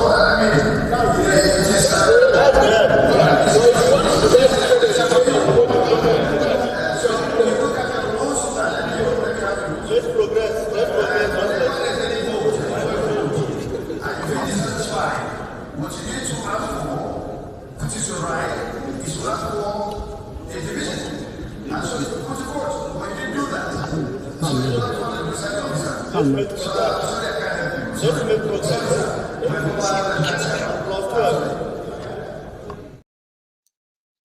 So please make the laws and death sentence to drug dealers, death sentence to public treasury looters, death sentence to all terrorists with no option of appeal, parole, or conversion. Then show me where to vote. I'll vote there. But when you see thieves, career terrorists, destiny killers, who are now making laws to curb drug dealers, then you can easily tell yourself, I can't be deceived. That happened. Going forward, I want to say something before I continue. Last night, I tried to point out the importance of you liking this broadcast. Now, let me tell you something, okay? It is really, really, really, really important. If you really say you want to support Mayegun, do you know that liking the video is more valuable to me, to you, to all of us on this platform than that super chat? And I mean it, I'm serious. I can be here and I can see and say, oh yeah, I've got 1,600 people. Oh, I've got 2,000 people. Okay, I want to see if those 2,000 people are real. Now that's something that will make me feel like, oh, okay, I could actually keep all these guys here. That means, okay. So I have to make sure that I keep the quality of the kind of conversation we have here. And it also helps. It helps this message to really, really, really go far. And that is why I kind of always love to remind you. It is so important. It's more important than that super chat. I'm not saying that super chat is not important, right? But I can sit down here for 6 hours, okay, without looking forward to any super chats, $1, $10, $100. No, without looking forward to any of that. I so much look forward to you showing that you are here, okay? Like, I'm here, right? That means a lot to me. It means a lot to the platform itself. It helps. And that's why I kind of wanted us to see yesterday that how could we be up to 2,000? And it was like a patry 500. And it's kind of unfair to those of you who indeed, who actually does this. You like the video and you do what you have to do, only for you to get a cut off despite that. So I know it's kind of unfair, right? But honestly speaking, I was like, you know what? I'll just do this some other time. But again, please, it is more important, okay? And I appreciate every one of you that actually takes their time to go and like the video. Thank you. Now let's go further. So Rivers State yesterday, we covered the kidnapping, the controversy that is now brewing in Rivers State. It is already escalating slowly but surely, okay? Slowly but surely.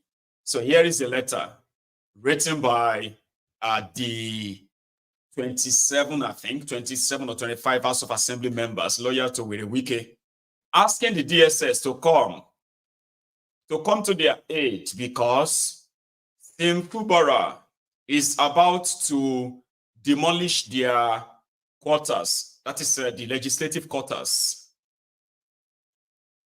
But Fubara said, no, they are not demolishing any quarters. They want to renovate the quarters. Papa, this is a newly built quarters that was handed to the legislators, I think 2 years ago.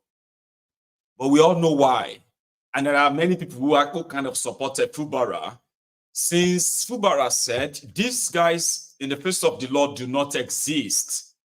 Now it seems that the shit is getting serious now, okay? So they have written to the DSS to help them. And from what I have been told, The police have already taken over the Rivers State Legislative Quarters. Now, I'll bring you the report on that later, right? There's also a court injunction. A court judgment that has now confirmed that those guys are not lawmakers anymore. Okay, 25 of them, including the one who presents himself as their speaker. So the shit is getting real now, like I said, and they have not been able to lift this. Now, Fubara himself has issued an order. This is called the executive order, and they've gazetted it. According to the government of Rivers State under Fubara, they have given an executive order RVSG, Rivers State Government 001-2023. And according to them, right, they said on the 29th day of October, right, they've already moved the motion, a request that said the sitting of the Rivers State House of Assembly is no longer going to be the main place they usually sit. And in all of this, they embattled, I don't even know which one is embattled now. Is it Fubara that is embattled, or this speaker and the lawmakers? No idea. But hey, here is what they have to say. They are ready to die if Fubara want to, right? From Rivers State. Here.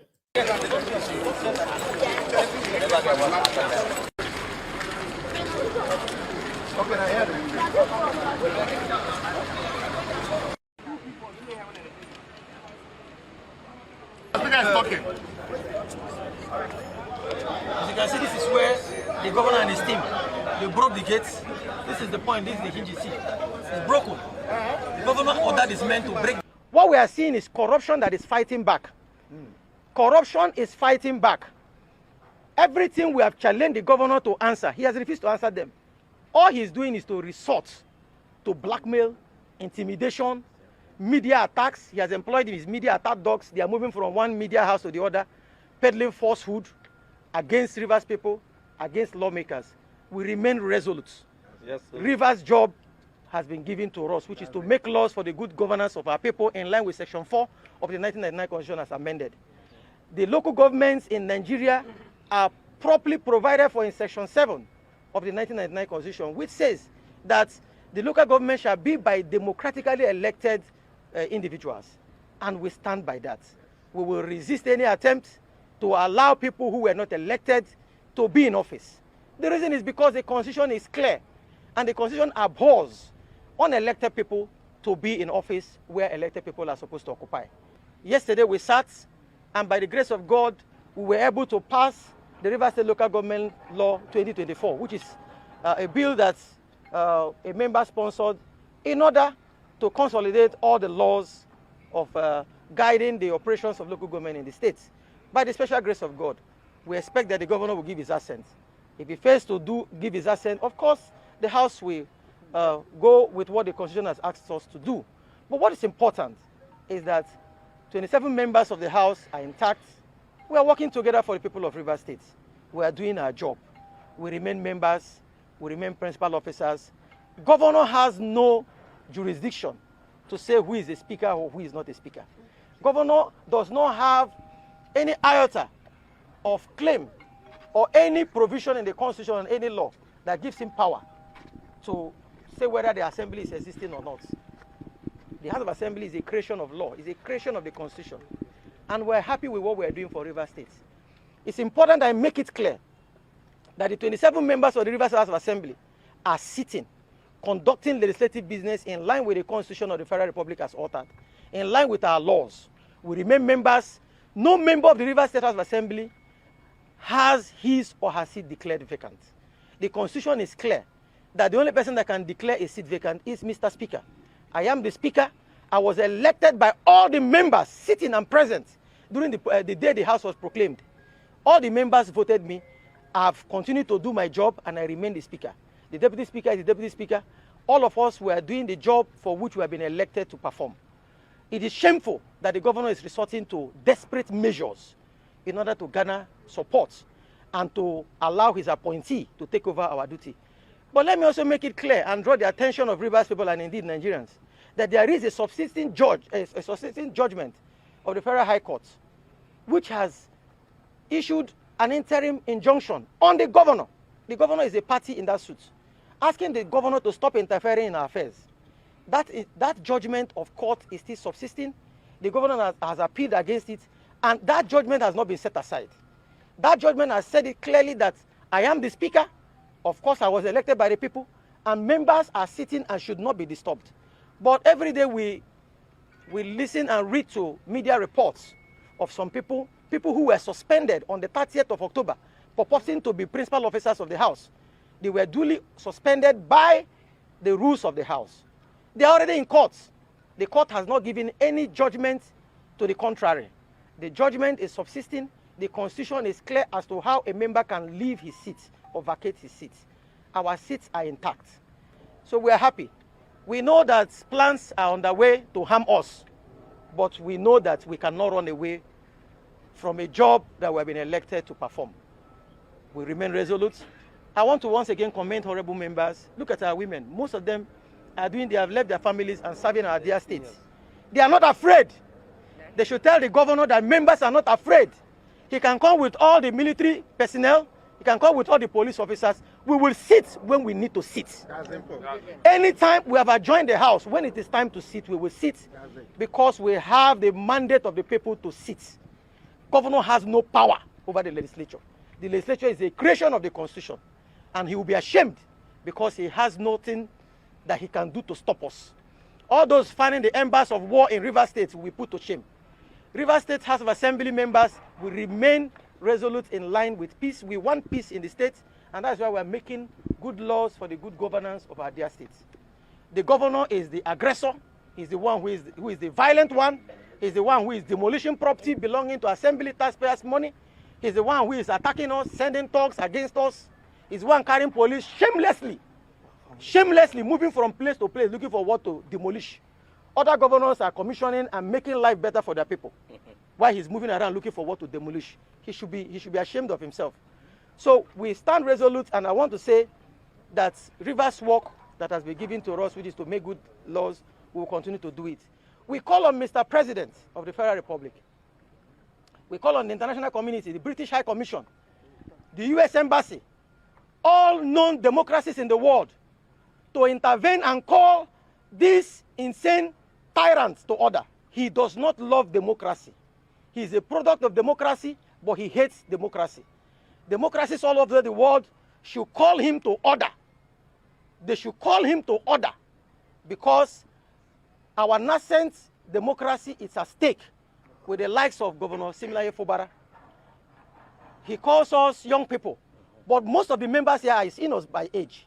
But it's not about age, because he's the one making reference to age. What we're here to do is to make laws. Governor should allow us do our job while he does his own job. We have said it repeatedly. Funds of River State are in the hands of a governor that is spending them without due process. As we speak, we don't have the Bureau of Public Procurement in place. As we speak, there is no DG. As we speak, there is no board. And the Constitution, the River State Bureau of Public Procurement law says that the governor is supposed to submit names of chairman and members of this bureau to assembly for confirmation. These are the people who are supposed to go through due process to see whether award of contracts are in order. Because we are beginning to reveal to the world what the governor is doing, that is why he's after us. Let the world know that the reason the governor is after us is because we are beginning to reveal his actions. Taxpayers' money is not safe in the hands of the governor with what we have, the preliminary investigations we have. He has no job. Yes.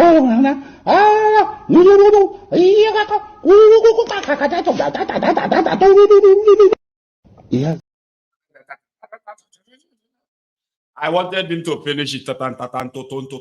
Somebody said that the same Kubara now has his own band.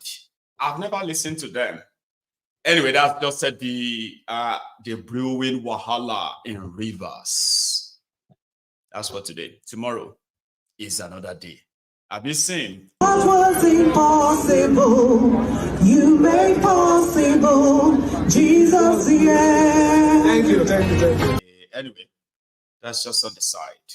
I don't like that one. It's not like that of Wiki, because Wiki is one terrible madman.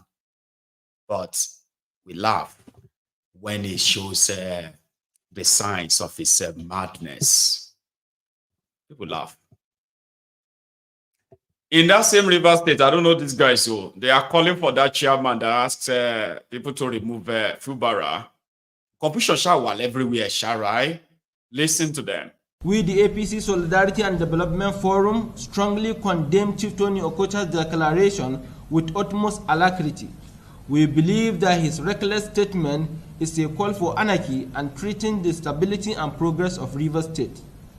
Our party requires leaders who are willing to navigate the intricate web of politics with wisdom and foresight. And let us also use this medium to condemn the evil hand behind all these shenanigans.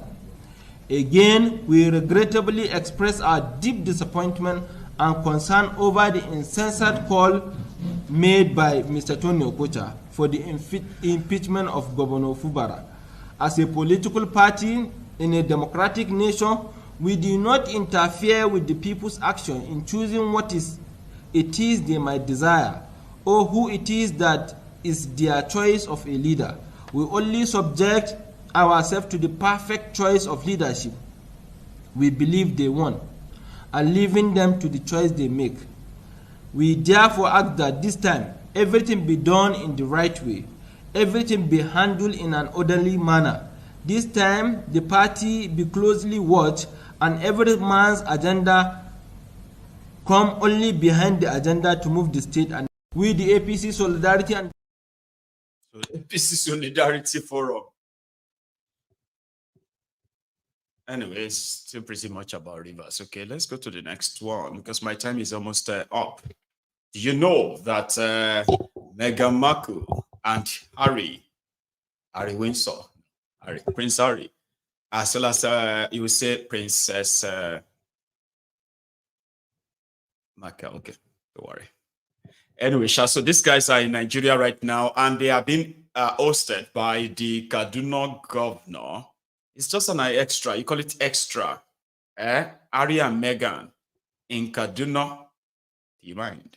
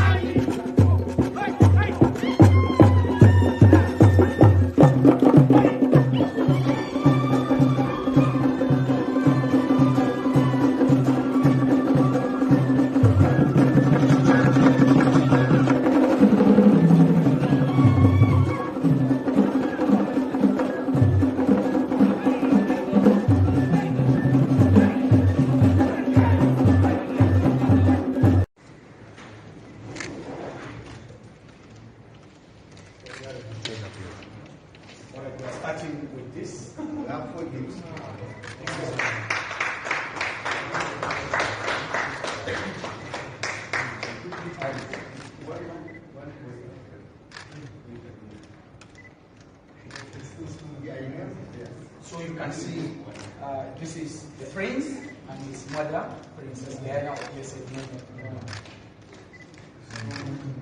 Yeah.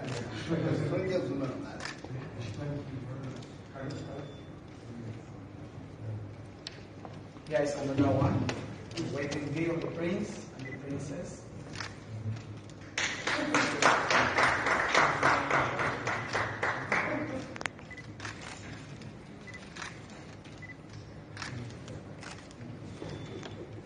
We have not finished. We are still on. This is a symbol of our culture, reflecting our diversity.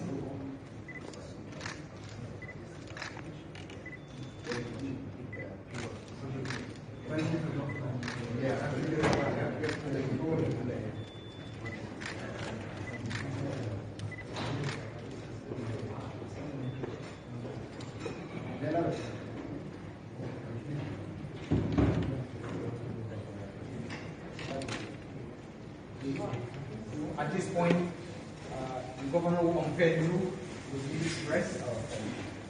If you can, the governor should help you. Yes.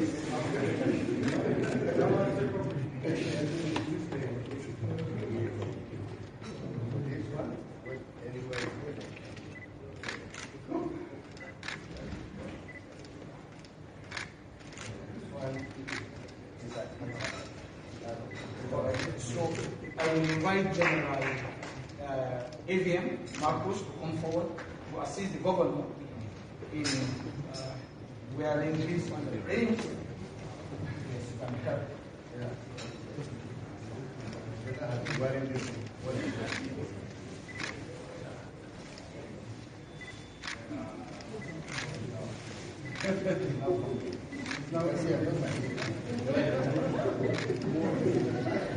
But the prince is incomplete. It will be complete with this. Now, just like that. Yes.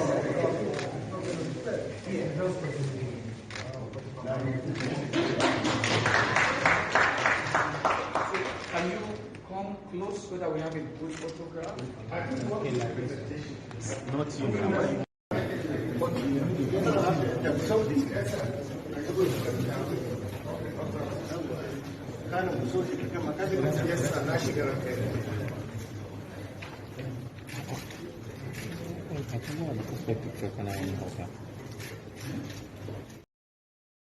Just want to have it on record, okay?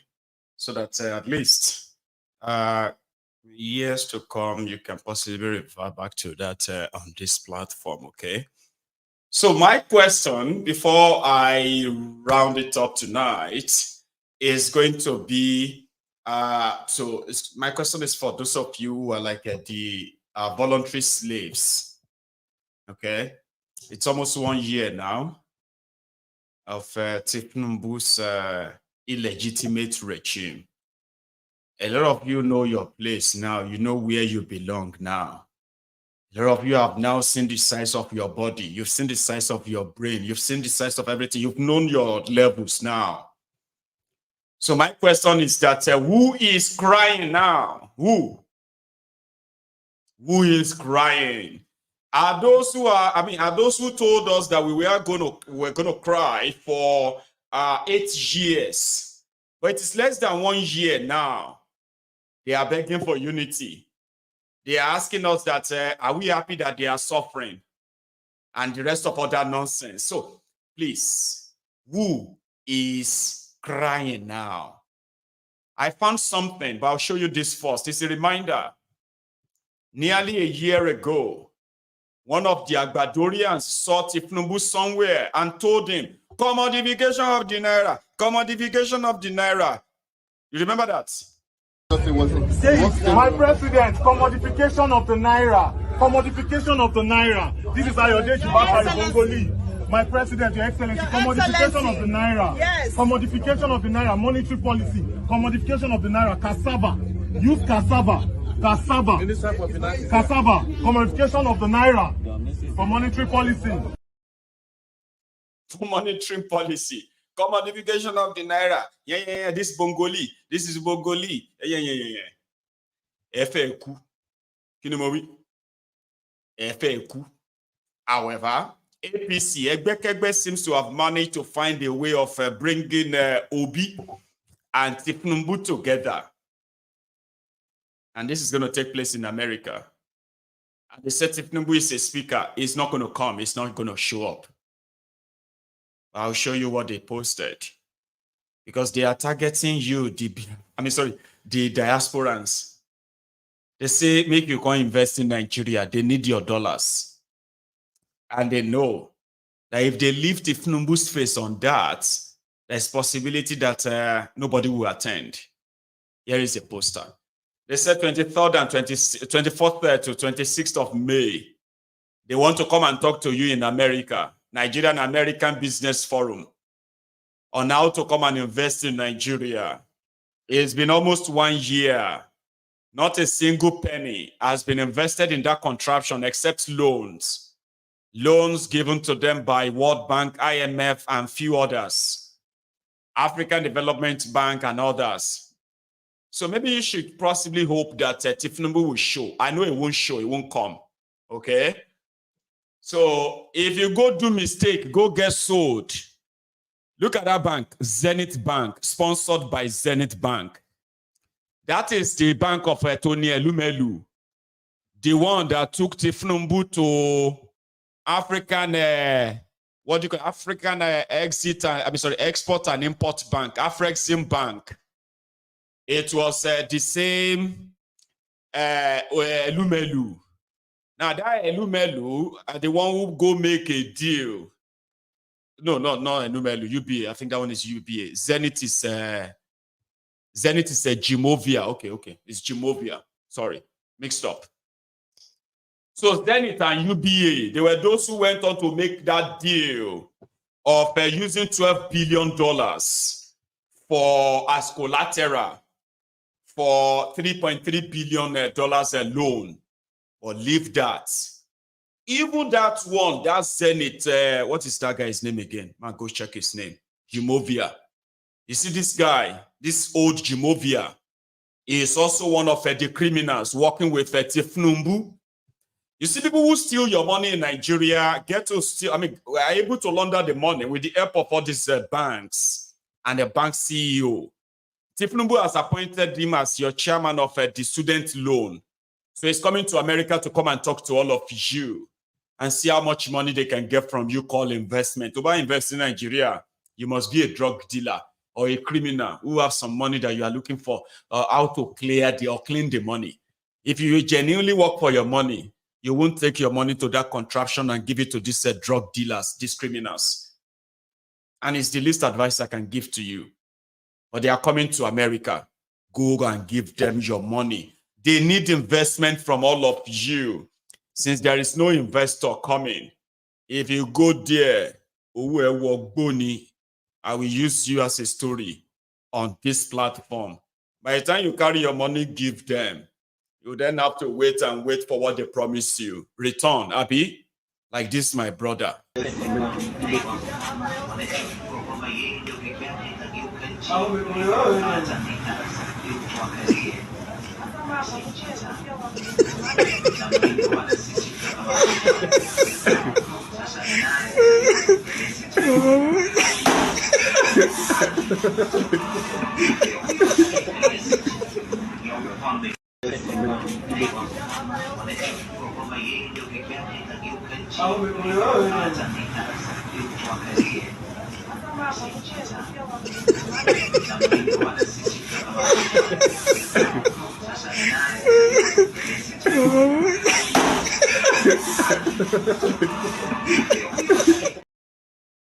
And you don't have to believe me. Call me bad Bele, call me anything.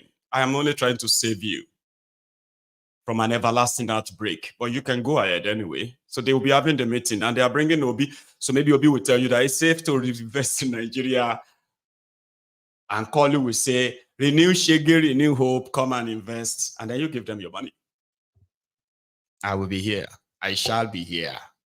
I'll stop there, Jerry. So that to those of you who are in Lagos and then experiencing this fire outbreak today, fire outbreak tomorrow, someone who has something to say about that. And I plan it as part of the broadcast tonight, but I can't elaborate too much. I'll still play the video. I want you to listen to this if you do have any business or shop in Lagos. Nǹkan tó ṣẹlẹ̀ ó ṣe nǹkan tó máa dùn mọ́ ìjọba nínú ó ṣe nǹkan tó máa dùn mọ́ àwa tẹ́ fi sípò tá à ń darí yín tọ́lọ́run ń lò ó ṣe nǹkan tó dùn mọ́ àánú ṣùgbọ́n tá a bá wò ó ní ọ̀rọ̀ méjì mẹ́ta tó ti sọ sílẹ̀ lẹ́yìn náà ẹ rí i pé àfọwọ́fà wa ló wà gbogbo ẹ̀ àfọwọ́fà wa ló wà gbogbo ẹ̀ àdéhìí máa nífẹ̀ẹ́ ara wa tó ìtò òyìnbó ń pè ní collateral damage ló wà tó tún ṣẹlẹ̀ yìí báwo lèèyàn ṣe máa ní petrol àti generator tó ń ṣiṣẹ́ tó dẹ̀ ń rọ́ sí lórí 4th floor wọ́n ló wá ṣẹlẹ̀ wọ́n tún wá jù sínú ilé ẹlòmíì wọ́n jù ságúrú ẹlòmíì tí àwa rí báyìí sìn wẹ́ ó ti wá débẹ̀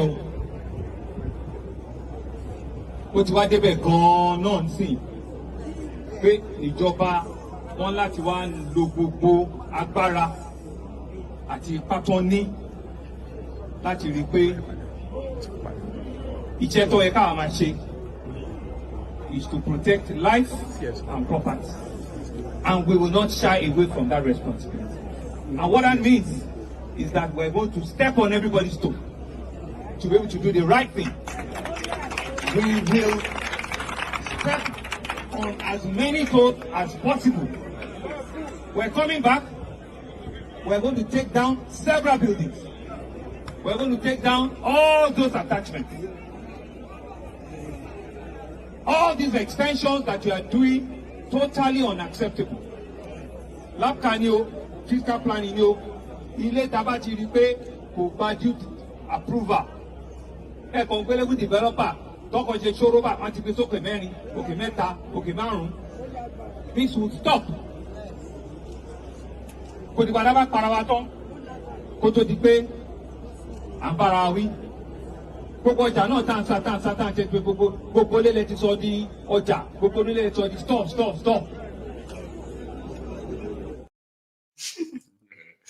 So that is a Sonwoiku talking to the traders in one of the markets that experienced a fire outbreak where people lost a lot. And he was there telling them that how could you allow somebody who is pouring petrol into their generator when it's working, and when it exploded, they threw the fire into somebody else's building. All this attachment that you have attached to your houses, and turn every house to a business center, a shop, and any small time you've got it, that's why he's telling them. But there were some other things I was going to say, but my time is totally out, and we need to take calls, right? So thank you so much to every one of you who has paid his own offering. I can see the difference now. I went to go and check the offering pots. That shows that even though we are like about 1,700, 1,600 on YouTube, but we have more than half of us have shown that they are here. I appreciate that. Seriously. So thank you. Now I am going to take a break for just a minute. And when I get back, I will take calls. And then you are free to start adding your own views, your own contribution to this chat tonight. Thank you. Don't go anywhere yet. Anyway, I will be back in a minute. 70 years old man.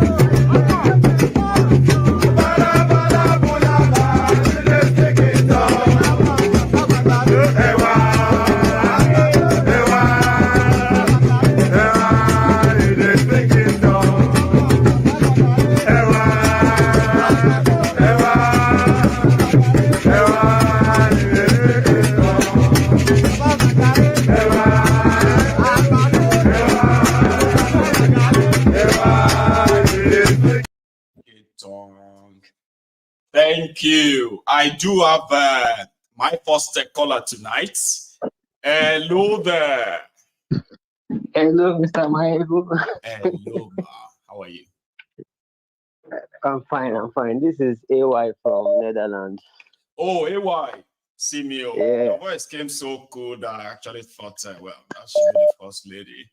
But it's AY. Oh, you man, no. You be man, I know. You are not Gabriela yet. So, AY, how are you today, Baba? I'm good, brother. I'm good. I just want to, just have a quick chat with you. I mean, I just want to say shout out to you. Like, you're doing great. Like, everything you said is like you understand Nigerians. Like, you've done your analysis on each Nigerian's brain and how they think. I'll give you that. Baba. Like, now, we're all from there, and it's that, why you're able to relate. Some people who are not from that Nigeria, some of them can't really relate with some of the things I do. So them, it's like, what's he doing? Like, what's he saying? What is he talking about? But if you are from Nigeria, you easily will relate. I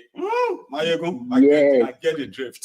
I get that. Yes, I can relate. The one you said this evening, the one you said this evening, I can 100% relate, like 100%. That you said that some people, they will tell you that it's because of Tinubu. If not because of Tinubu, where will Yoruba be? This is old people. Like, these are 50 years old people. Like, you don't know anything. You know nothing. You are too small. If not for Tinubu, you don't know where Yoruba will be today.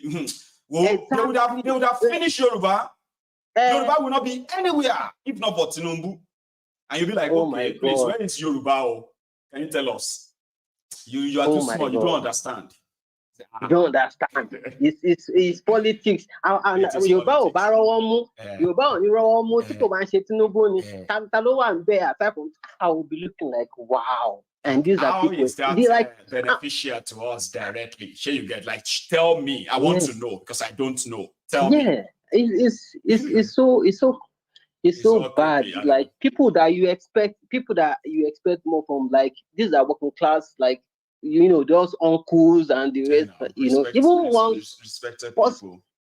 Yeah, respected people, and then you hear this kind of things, and you be like, wow, is it like Tinubu is actually using jazz for these people or something, or what is it about? I think people have always been like that for a very long time. This is the first time people are asking them to explain what they mean. And that's why they always become aggressive, Baba. You see some of them, they are like, I know that you don't have any respect. See, if you have any respect, you will not be talking to me like that. I said, Baba, I'm not disrespecting you. I said, explain to me how this Thiefnubu is beneficial to the Yoruba. That's what I'm asking. I'm not insulting you. I just want you to tell me. Well, I know you won't tell me because there is no benefit. There is nothing beneficial to Yoruba. Nothing. But you just want me to believe there's something where I don't know. Because I am too smart. Or go kill you there, Egbon. That's what I say to them. Go buy you down, Egbon. I mean, there's some people I'm too smart to understand. But it is all bobo. It's all bobo. Yeah. They are not used to answering questions. You know that too. You go here, they will tell you, say, they don't answer questions. They don't want to be responsible. If you become too persistent, they will say you lack home training. You lack respect. Facts. Why? And they are the ones dragging us back, brother. Yeah. They are the ones dragging us back because the way they see all these things, they influence, the average millennials in their families and those ones just go outside and start spreading all of these things. But what I just want to quickly say tonight is, you see, lately they increased the cybersecurity. They introduced this cybersecurity levy. You and I were here when that happened. I told you I was here. I called in, or was it 2 weeks ago? Yeah. I said there's nothing. There's some things that would have caused a normal country to sort of, go into revolution. Mm-hmm. Yeah. You can. What happened after cybersecurity? Everybody just went on social media and started tweeting and all. And after 2 or 3 days, that's it. It's gone. Moving on to the next thing. Nigerians, I don't want to insult Nigeria because I feel like we are already defeated as a people. I know a lot of people like that. You always want to hold back. If I say what is in my mind, okay, I won't say it, I'll leave it. Yeah, and I can't really blame us like that because we are defeated. But what could they possibly do? Nobody wants to protest anymore, right? Because people get killed, So everybody just they wait, they are like what actually pains me the most is when they are now trying to live in that denial of why people are protesting, like people who protested against Jonathan during that that period. Now all of a sudden they are all keeping mute and they can't come out, they can't talk. No, they are because the one in now. Have you not noticed? Say why? The people that were organizing national protest in Nigeria, way back in 2007, 2008, 2009, 2010. The civil society organizations, you know, those ones that we know back then. They are those in government. The moment Bukwari came in, that's the first thing they did. They started giving the head of all those civil organizations appointments, right? So by the time all those ones were gone, the rest of the remnants, they completely just lost direction. Nobody was dealing with them anymore. So it's like you say this organization, that organization, this one, that one that comes together to form national protests. Now, when they don't pick all your leaders and give them appointments, and you need to call a meeting so that you can organize protests, and your leaders who are supposed to call the meeting, they're inside government meeting, telling them how government should deal with you. So for 8 years, that's why you didn't see any major protest until NSAS. And the NSAS shook them to the bone, and like it shook them. Till tomorrow, they probably didn't even understand how they managed it. And it didn't escalate. They still didn't know till tomorrow. You get me, Baba? So nobody's going to protest until people actually really break out of anger. Like it has to break out. Here you get now. Because those who usually organize national protests and all that, even against Abacha, deadly Abacha, Baba, they organized protests against him. And now those in government, a lot of them have taken appointments. Some of them have been given different ones. You and I just asked where they who are those? Where are those? They are nowhere. They are in government. You will never see them. So except this generation are tired and take their right back from them. Except for that, and so everybody will finish for life. Thank you, brother. Don't even take too much time. Thank you too. Okay, that's why, ladies and gentlemen, you know, my line is still pretty much opened. Okay, but remember, if you haven't really liked this broadcast, please do. Okay, please do like it. I encourage that. Mind you, let me see if I can clear this catch. Oh, cache. Thank you so much for that. And indeed, somebody was, in fact, I think somebody sent me something earlier, which I want to kind of also review. But I'll take this first, okay? Give me a sec. Hello there. I don't even know if I got that. No, I didn't. Did I get you? Okay, I didn't. Sorry. You probably have to try it again. So just one sec, guys. I will be back, okay? And I'll take a call afterward. Give me a sec. Just 30 seconds. What shall I say unto the Lord? Yes, Lord. All I have to say. Thank you, Lord. What shall I say? Thank you, Lord.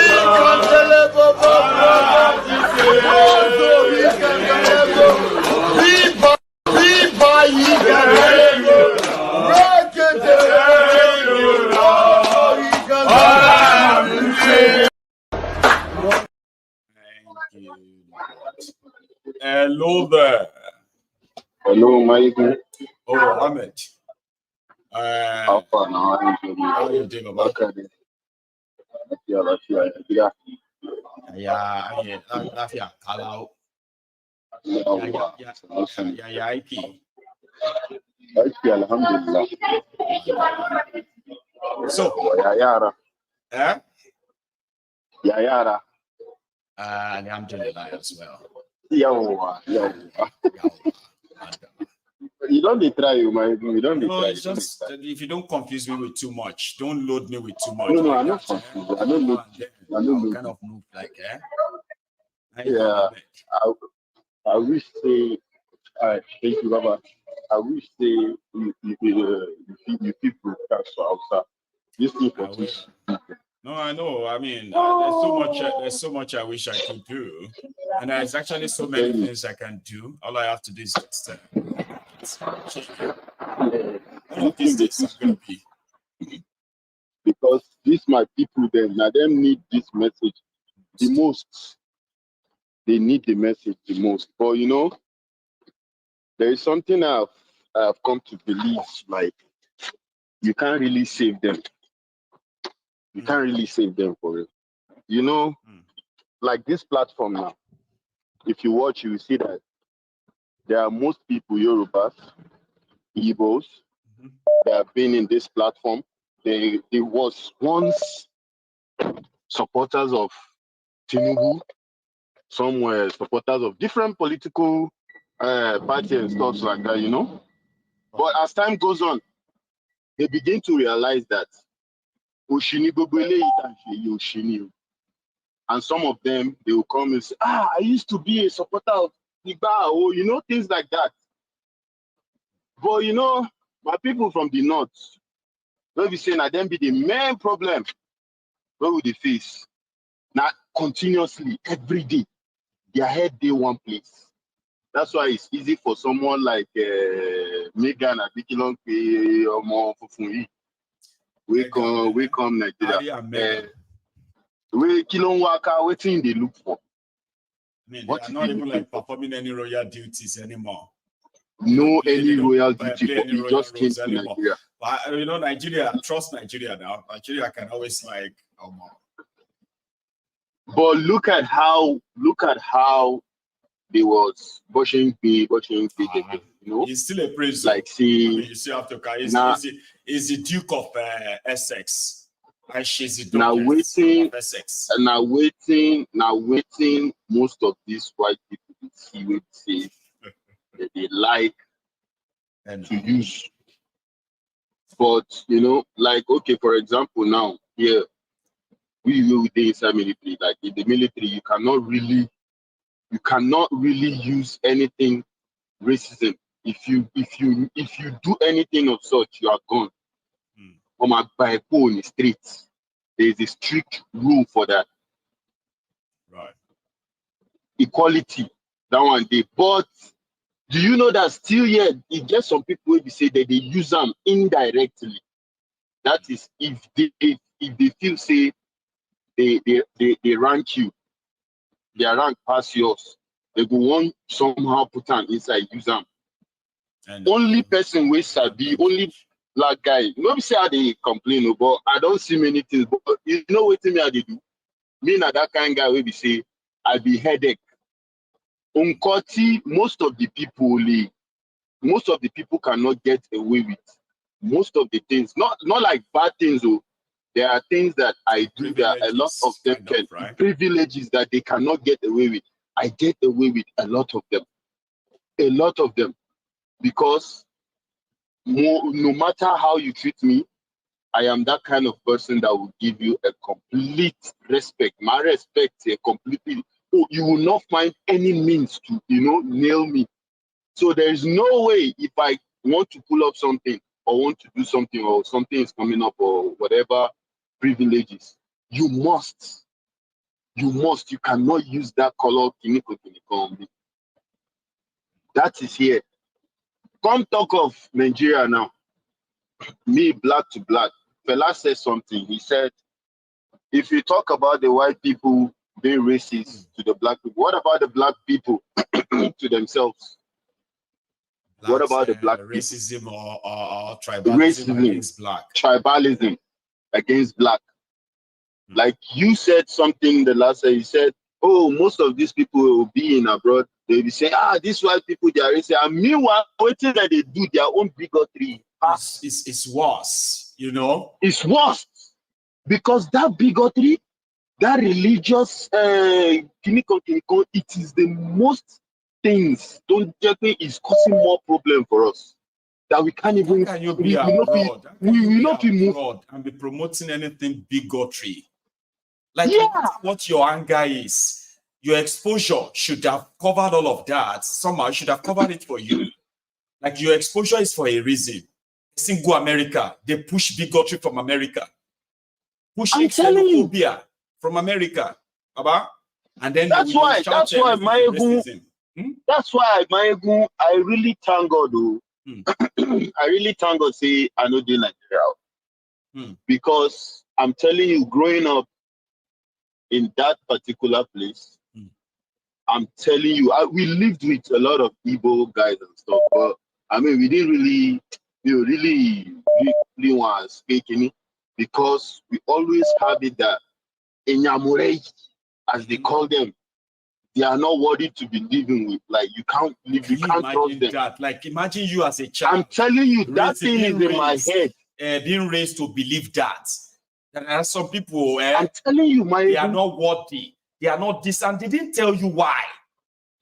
But do you know that now there are some of my friends, Igbo guys, that I really miss them. When we say I was opportune to like meet them again, I made sure that friendship, I made it like real friendship. What I couldn't do then, I was able to do most of them, like bring them closer, make a real friendship.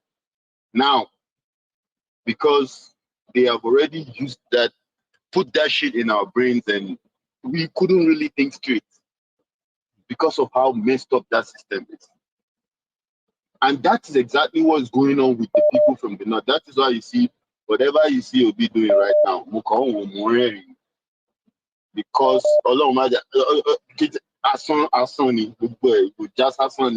nothing to come out. If not, but yes, nothing to come out, because they tell them about power. It is a different feeling. It's a different thinking. And I bet you, Ahmed, right? It is like reactivating their real them to remind them that you cannot trust the ego. So you can't trust them. You get waiting that they tell them, see, Komulala Chewang Muslimi. Ya pa arne, ya pa kafir. You know meaning of that? What? No matter how bad a Muslim is, and a Muslim way that they are talking about the northerners, they call northern Muslim. No matter how bad he is, he's better than the kafiri, the infidel that they call the other people, no matter how bad. And me and most of them, we don't get this kind of conversation. Many people they want shake me on a daily basis. You shake me, no be say, talk, we they talk, man. You. Well, you know, those who no go school or no get education, they can be forgiven. What about those ones that are actually like educated? And they will say to you, I say, well, it is what it is.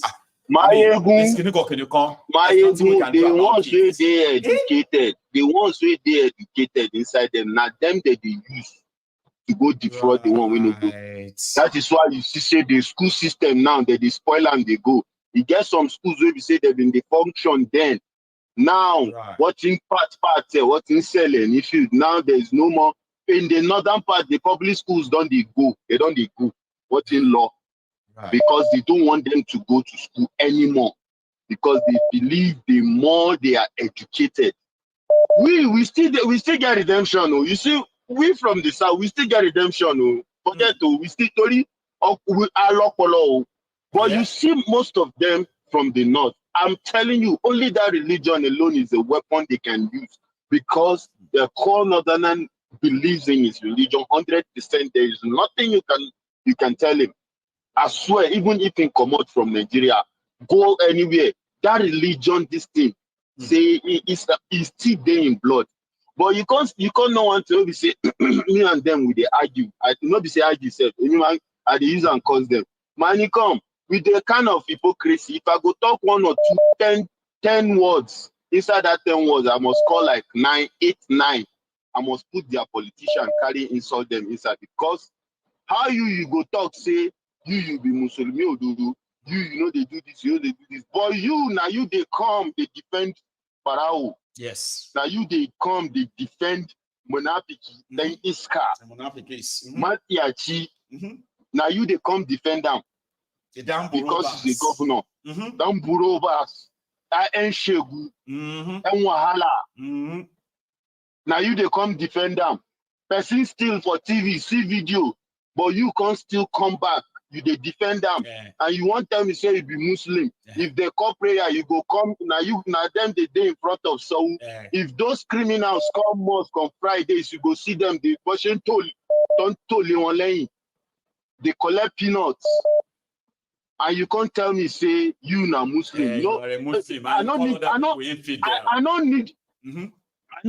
I don't need to give you too much of examples to just tell you how you be the real infidel, because these people, most of them, what they have did what they have did by stealing from you, they have killed a lot of people.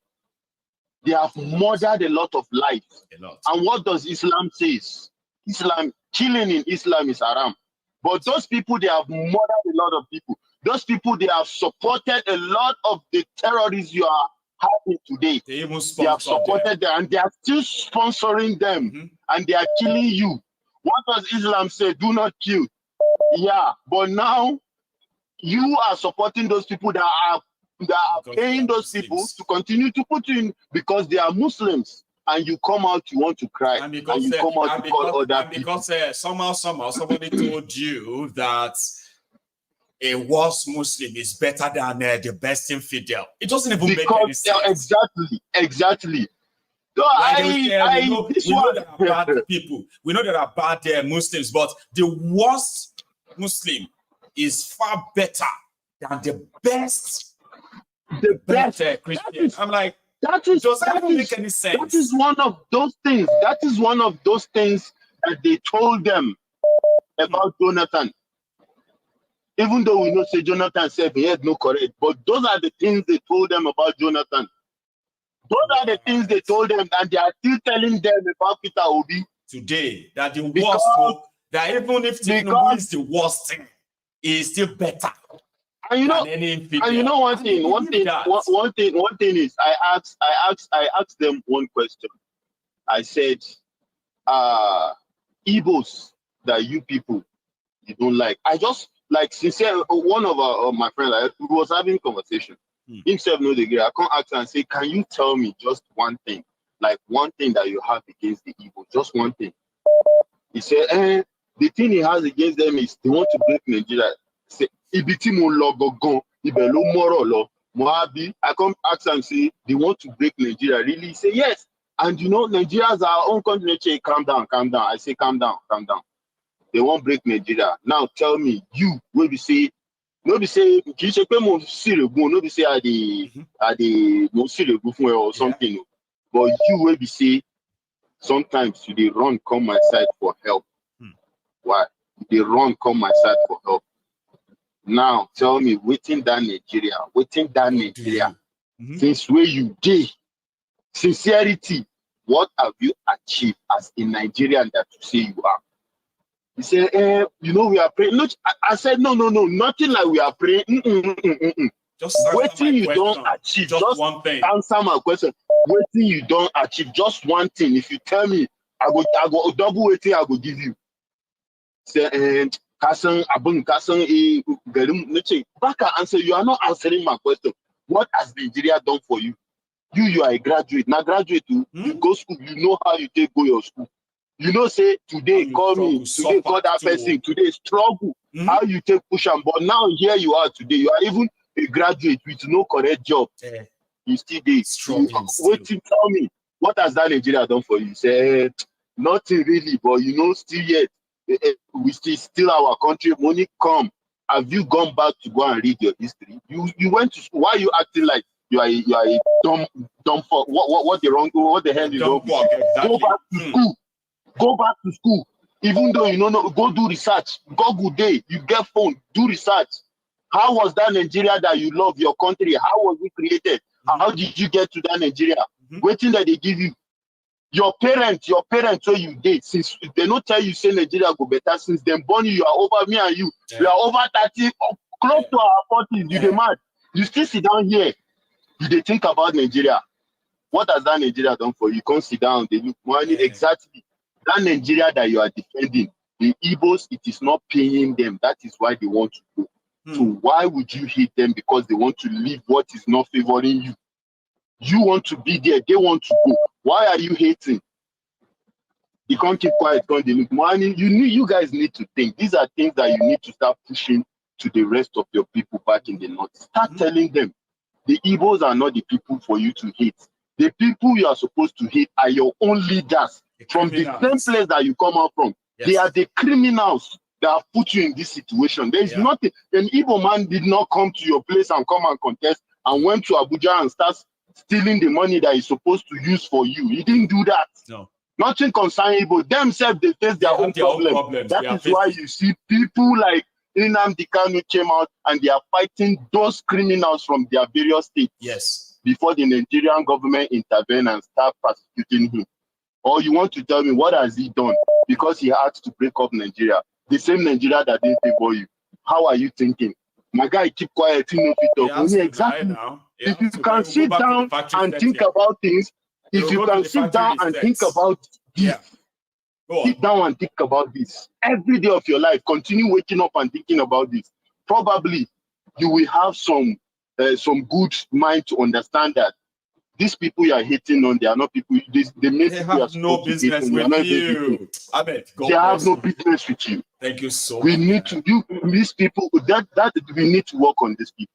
And me on my own side, I did try because any one of them I catch with conversation.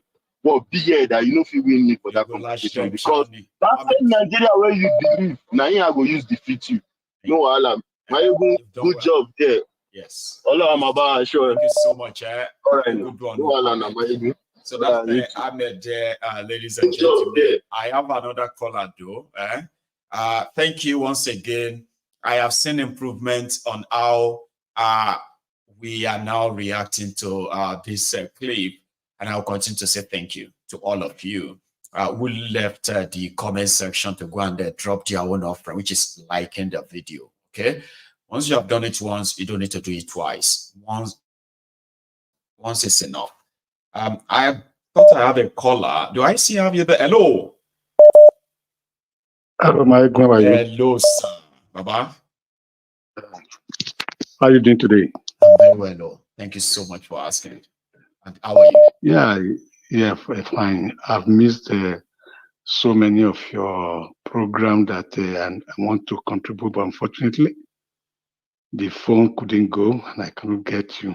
One was those, this few topics then, right? But you can still kind of share your own opinion that you are here, right? It doesn't really have to be what we are talking about tonight, though, right?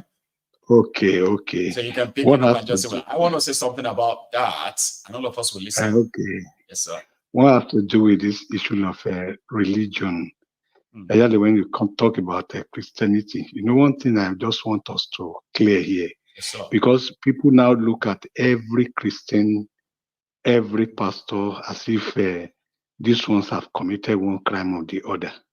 But what is happening today, I want everybody, to note, everybody those in the platform, that if it doesn't happen, that means that the Bible is not true. Because already in the Bible that this thing must happen. It must come to pass. That you will see, because the Bible says that it said that on the last day, people will come to say, we do miracle in your name now. We do this in your name now. He said, go, I don't know you, you workers of iniquity. So that is how it is. So, and again, when we look at pastors, we know, there are some pastors, just like what is in the Bible. When Elijah was saying that, I'm the only person, that have not bowed my knees to bow, but God to say, shut up. They have reserved 7,000, who have not bowed their knees to, their knees to bow. And of course, we have them in Nigeria that, if there are some silent people, silent pastors, you don't even hear of their name, but they do things underground that they don't publicize, they don't shout, they don't do handbeat, they don't do beatboard. They just, I know of a pastor that he doesn't, I was listening to a program that he did one time. A state government invited him to come and conduct a sort of a training on leadership for their workers. He said before he left, the Spirit of God told him that, number one, don't collect any money from the state government. Number two, make sure that you provide the materials free. Number three, feed those the people you are going to train. And the man complied, and he did what the Holy Spirit told him. So those are the kind of people, but they don't make noise. You will never hear their names. You won't hear their names. And they are in Nigeria here. So that is number one. As regards ethnicity, this ethnicity, thank God for what Ahmed has said. is so rampant. I'm a victim. If I should tell you my own story, we will not live here today. I school in the north. I'm a victim of that particular thing. If I will just summarize it, I went to a university in the north. I had the best result in my department, in my faculty, and I even won award. But unfortunately, I was supposed to apply as a junior lecturer, which I did. But what did they tell me?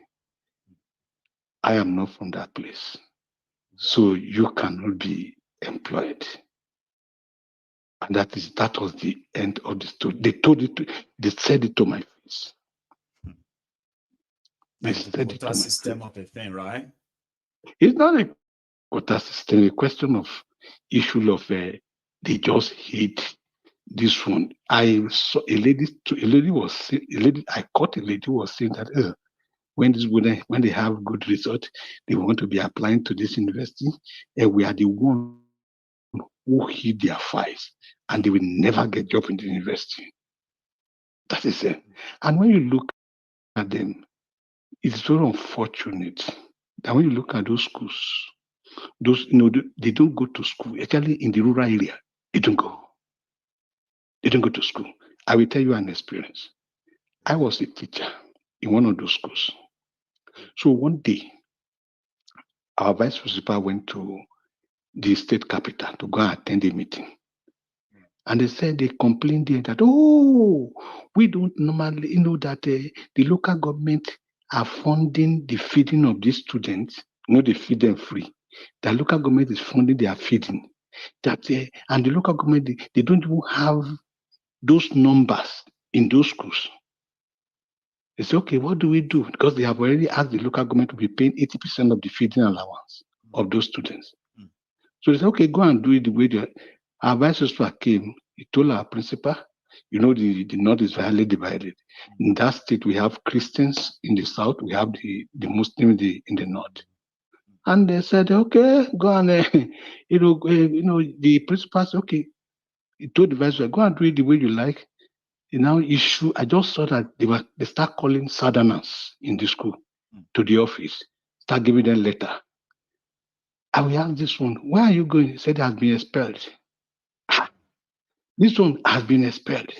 This one has been expelled.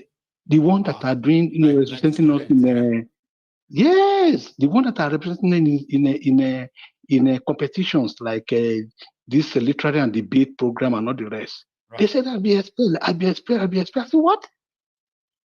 So to create room for the 80% they want to bring from the interior. Right. So they now set up feeding. Exactly. They now set up a committee to go and recruit those people in the interior. So they went. So when they got there, they put their names. In fact, their parents were crying that why should they come and register their children when they already betrothed them to husband? These are girls of 11, 10 years old. Who have never been to any school. No, they were in the school. Oh, they want to now register. They are in the primary school. Want to register them now to come to secondary school because already they have already betrothed them to husband. So because I taught in the girls' school. And these people left. One day I was just coming from the classroom and I saw a lot of people, all these people from the village, the students, they were all in this. I said, what is happening here? They said they are students from the interior. So I went and met the principal. I said, principal, okay, go and register them. I said, what of the money for the file? How will I collect it from there? He said, no, just find one file, just open all their names. Make sure that you keep them in one hostel. Don't keep them with the normal student. Don't keep them with normal student. I said, okay. I registered them. They kept them in a separate hostel. To cut the long story short, so then, when they had a whole session, during the time they were to do exam, I was asked to go and supervise the class in mathematics. So I just got the question paper. I read the instruction to please circle the correct answer. Start. I saw that nobody was writing anything. I was looking at them. What's happening? I now called somebody who understands the language. And I say, I've told these people to start. They were just looking, what happened? I say, I'm speaking grammar. How can you tell them? He said, when they were recruiting them, they taught them how to speak English. And in English, they taught them that, what is your name? My name is this. And in Hausa, what is your name? Say, me Sunanki. Sunana is this one. That's what they taught them. So any other thing, don't expect it. That's okay. I said, what are you talking about? He now explained to them the language that okay, circle the correct answer. So they were just circling the circle, they submitted the next paper the following day, or before they even asked them to this thing, they start circling. The next one, right. At the end of the day, when they had vacation, they all left. They left, and when first week of resumption we distance them, second week of resumption we distance them, third we distance them, they start writing letters to those southerners. Please start coming. That is now reinstated. Your expulsion is now withdrawn. Come back to school, please. Somebody has shared this kind of story with me before. They went there to go and do NYSC, and the shock of their lives, they met the shock of their lives, where it was programmed that don't waste your time trying to teach them. Okay, listen, you are just there to mark their register. You're just there to enter their name for this session and that session, okay? And like the primary thing is that even if now one they score, they will still get access to any place you want to take them to. And a lot of them who came from the south were like, no, this is not happening. This is impossible. Is this real? Some of them are still living with that shock till tomorrow. That in this same Nigeria, is this actually real? Say, well, it's real. Yeah. So that but one thing I want us to note is that those people, I give one thing to them. They don't have a average. It's either they are extremely brilliant, or they are extremely, poor in this thing. Yes, because I had a lecturer, before. He said when he finished, this guy had first class. He had first class. They posted him to Cross River, other education. He said when he got there, he introduced himself. Is this? I am this. He said I'm from Social University. He said, I'm from Social State. He said the students, oh. He said he was so disappointed. He said, but before he finished, he said the students themselves went to the school authority, please, we want this guy to stay. And he said he didn't apply. They gave him they gave him offer letter to please to come. Wow. The guy said, no, I don't want to be a teacher. Yes. I've just known my No, it's not a question of not be a teacher. The guy's a student. He went to UK for PhD. Right. UK has to write the university that please, we still need this guy for additional 2 years. Oh, okay. It's a brilliance. It's actually very brilliant. We have them that they do special one. I give that one to them. I gave that one to them. That's what somebody said. I think that's what Peter B also said. He said he saw them reading the Quran. Despite he himself being educated, right? He believes that studying the Quran, learning how to read and write it, is the most difficult knowledge you can acquire.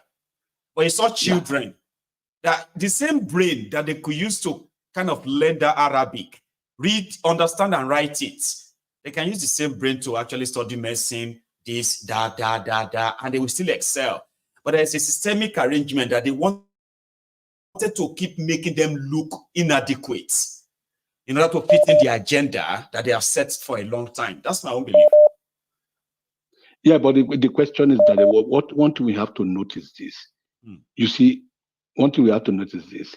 In that place, it's very unfortunate that in some states in the north, the ones who are from the southern part of that state, they are so being discriminated against. so discriminate against that. If you see, if something happened one time. There was this lady. This lady was a chartered accountant, the first chartered accountant in that state. So they were to recruit. They were to get a bossa in this. Could you believe somebody who did NYC under this lady was appointed the bossa, and this lady that had over 10 years of experience as a chartered accountant was now asked to be the deputy, just because the lady is a Christian and from the minority area. So that is how it is.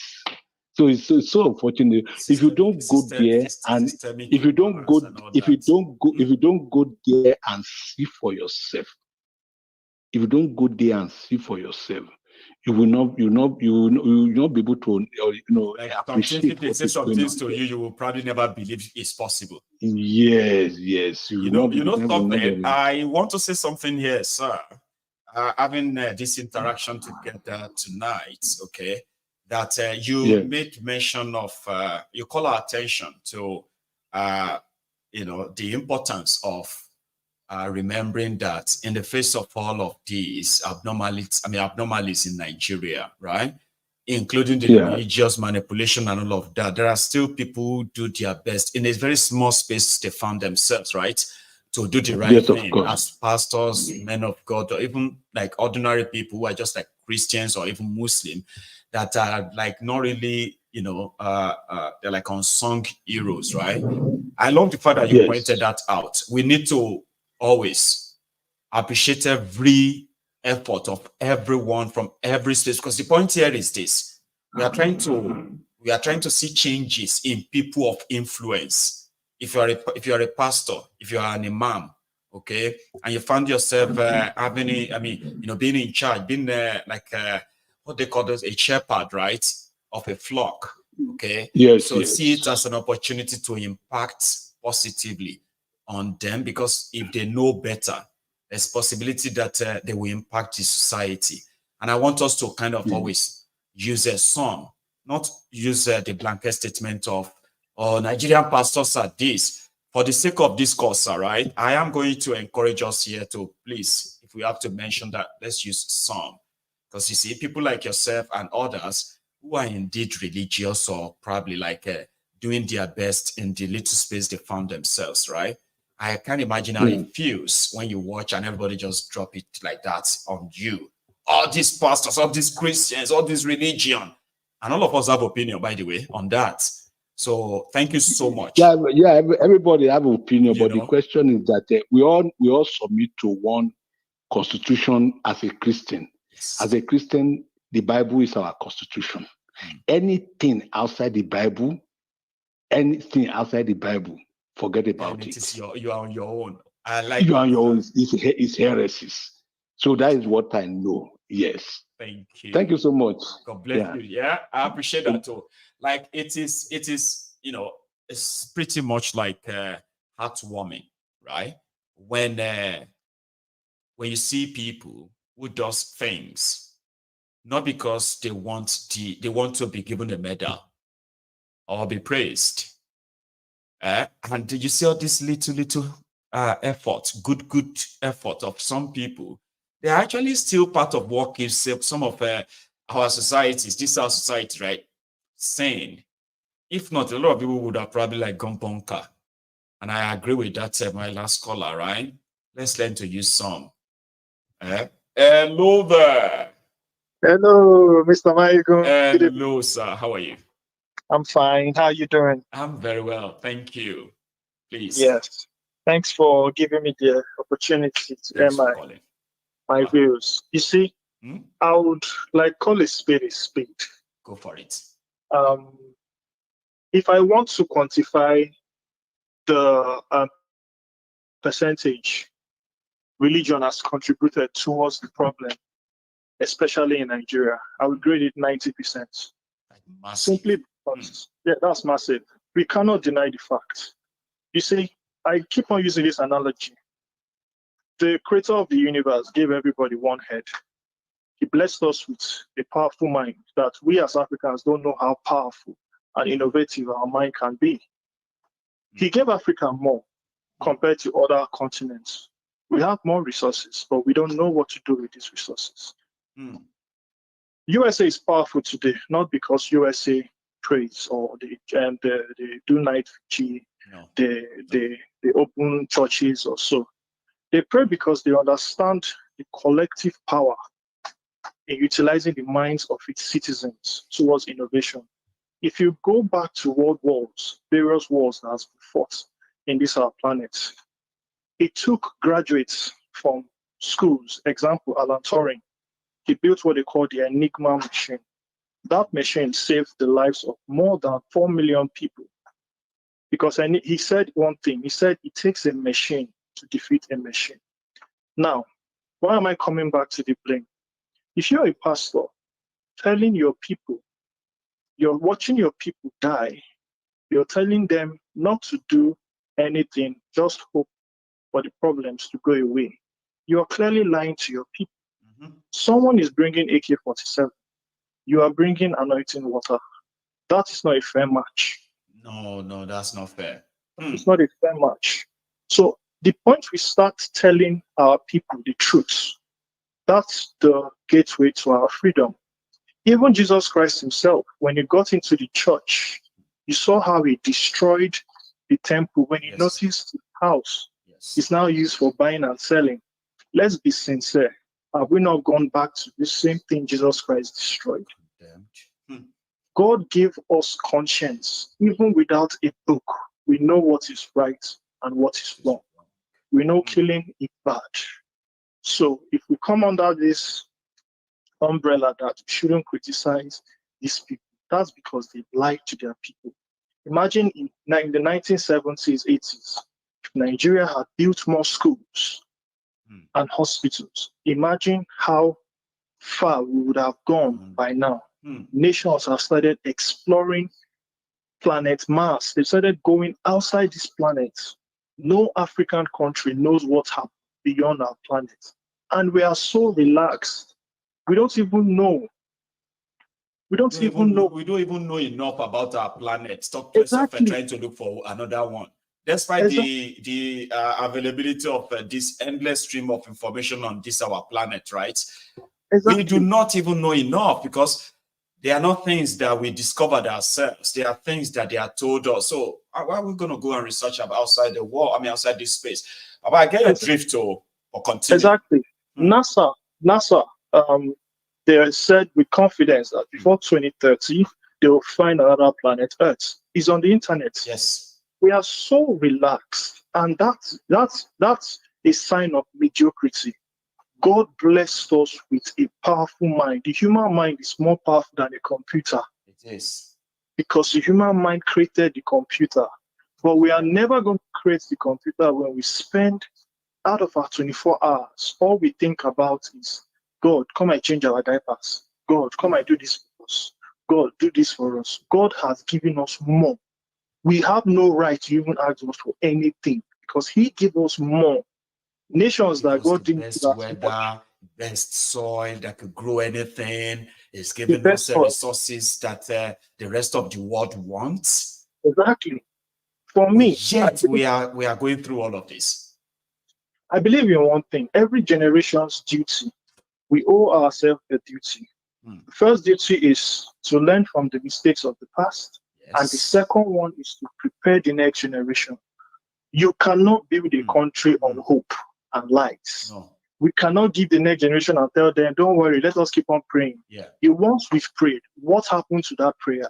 Why is accountability forbidden when it comes to discussions of religion? Why can't we ask, we've been praying for 400 years. Where is the result of that prayer? Why does this point look like I am insulting or I'm being illogical? You've been blasphemous. Why? Yes, blasphemous. Why can't we ask, what happened to those prayers? God is not deaf. No. What's happening to those prayers? Let us come together as Black people. If you look at the state of our schools, it means we cannot compete, no matter how intelligent we are. We are not giving the children the best platform for them to learn. An average Oyibo child has computer already. His computer is nothing to them. That means he has access to information. They can learn programming. They can learn things faster. Meanwhile, our children are hawking in the streets of Lagos and other streets, and we are okay dancing, praying to God. We are teaching them how to speak in tongue.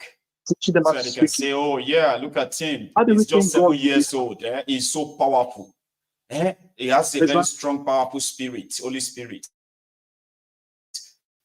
That is something that we always kind of feel so good about. And that's not good. No. I watched a documentary recently during the Civil War. You could see some innovations going on. I'm scared of this generation. I don't think we can innovate like that generation. At least they captured some weapons. So let us wake up and somebody said, this one is from a brother. I want to believe he's a Biafran. So he said, let them know we are not our parents.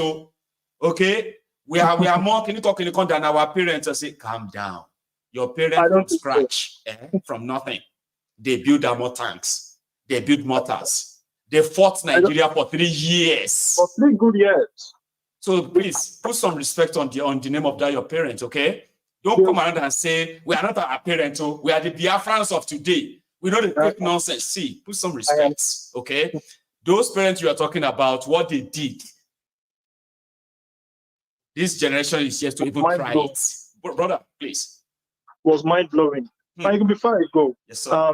A soldier from Nigeria gave a speech. He said he was surprised that Nigeria didn't integrate these Biafran soldiers that were innovating things. This is a country that manufactures nothing, even to speak. We cannot manufacture to speak for 60 years. So let us keep on praying. Sky Daddy will come from heaven and save us. That is a lie. We hope it comes so. Wake up, Nigerians, and stop living in this dream world. If I had the power of Jesus Christ and seeing them killing my people, I would come down and save my people. I'm not going to come down when they've killed all Christians. I'm not going to do that. But I'm just a mere mortal that loves humanity. We cannot love God without loving humanity. That's the fact. Thank you, Mr. Manigo. You are a star. Thank you for that. And I hope I speak to you again. You have a very wonderful evening, okay? Thanks a lot. Now, that's how we're going to draw the curtains tonight, okay? We would have another great time some other time. You see me switching my camera. I'm trying out a few things, but I haven't really figured all of that out, okay? But yeah, it's cool. And thank you so much, everyone who gave me your super chatter tonight. I appreciate every penny. And I appreciate you more that you gave me your like, okay? And I will see you some other time. If you join this midway or towards the end, please watch it from the start. I spoke for 2 straight hours. That is going to be the starter. Then my people spoke for another hour. Different opinions and contributions that will make your night or evening. I'm going to see you some other time. Enjoy the rest of your evening. And Garba Live, good night from here. Good night.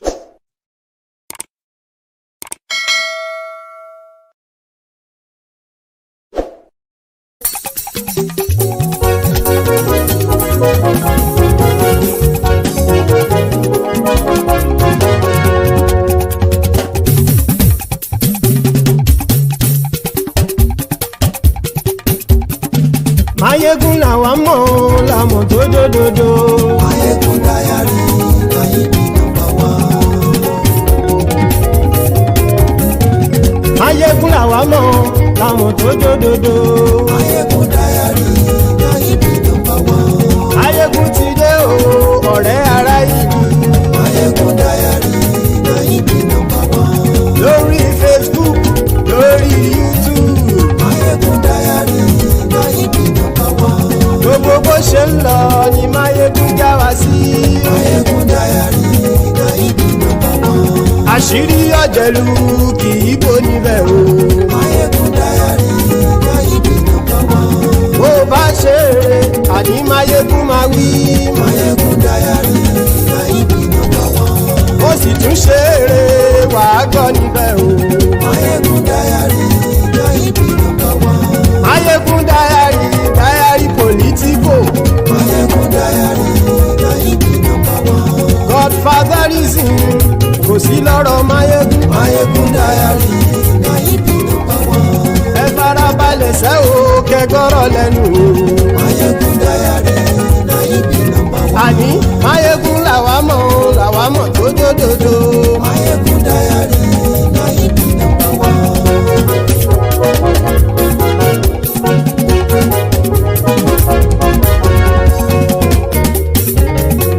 Àní ẹ̀sùn rákì. Máyégún ti dé. Máyégún ti dé. Ọ̀jẹ̀lú ẹ̀sùn rákì. Máyégún ti dé. Àní ẹ̀sùn rákì. Máyégún ti dé. Lórí Facebook. Máyégún ti dé. Àní ẹ̀sùn rákì. Máyégún ti dé. Lórí YouTube. Máyégún ti dé. Àní ẹ̀sùn rákì. Máyégún ti dé.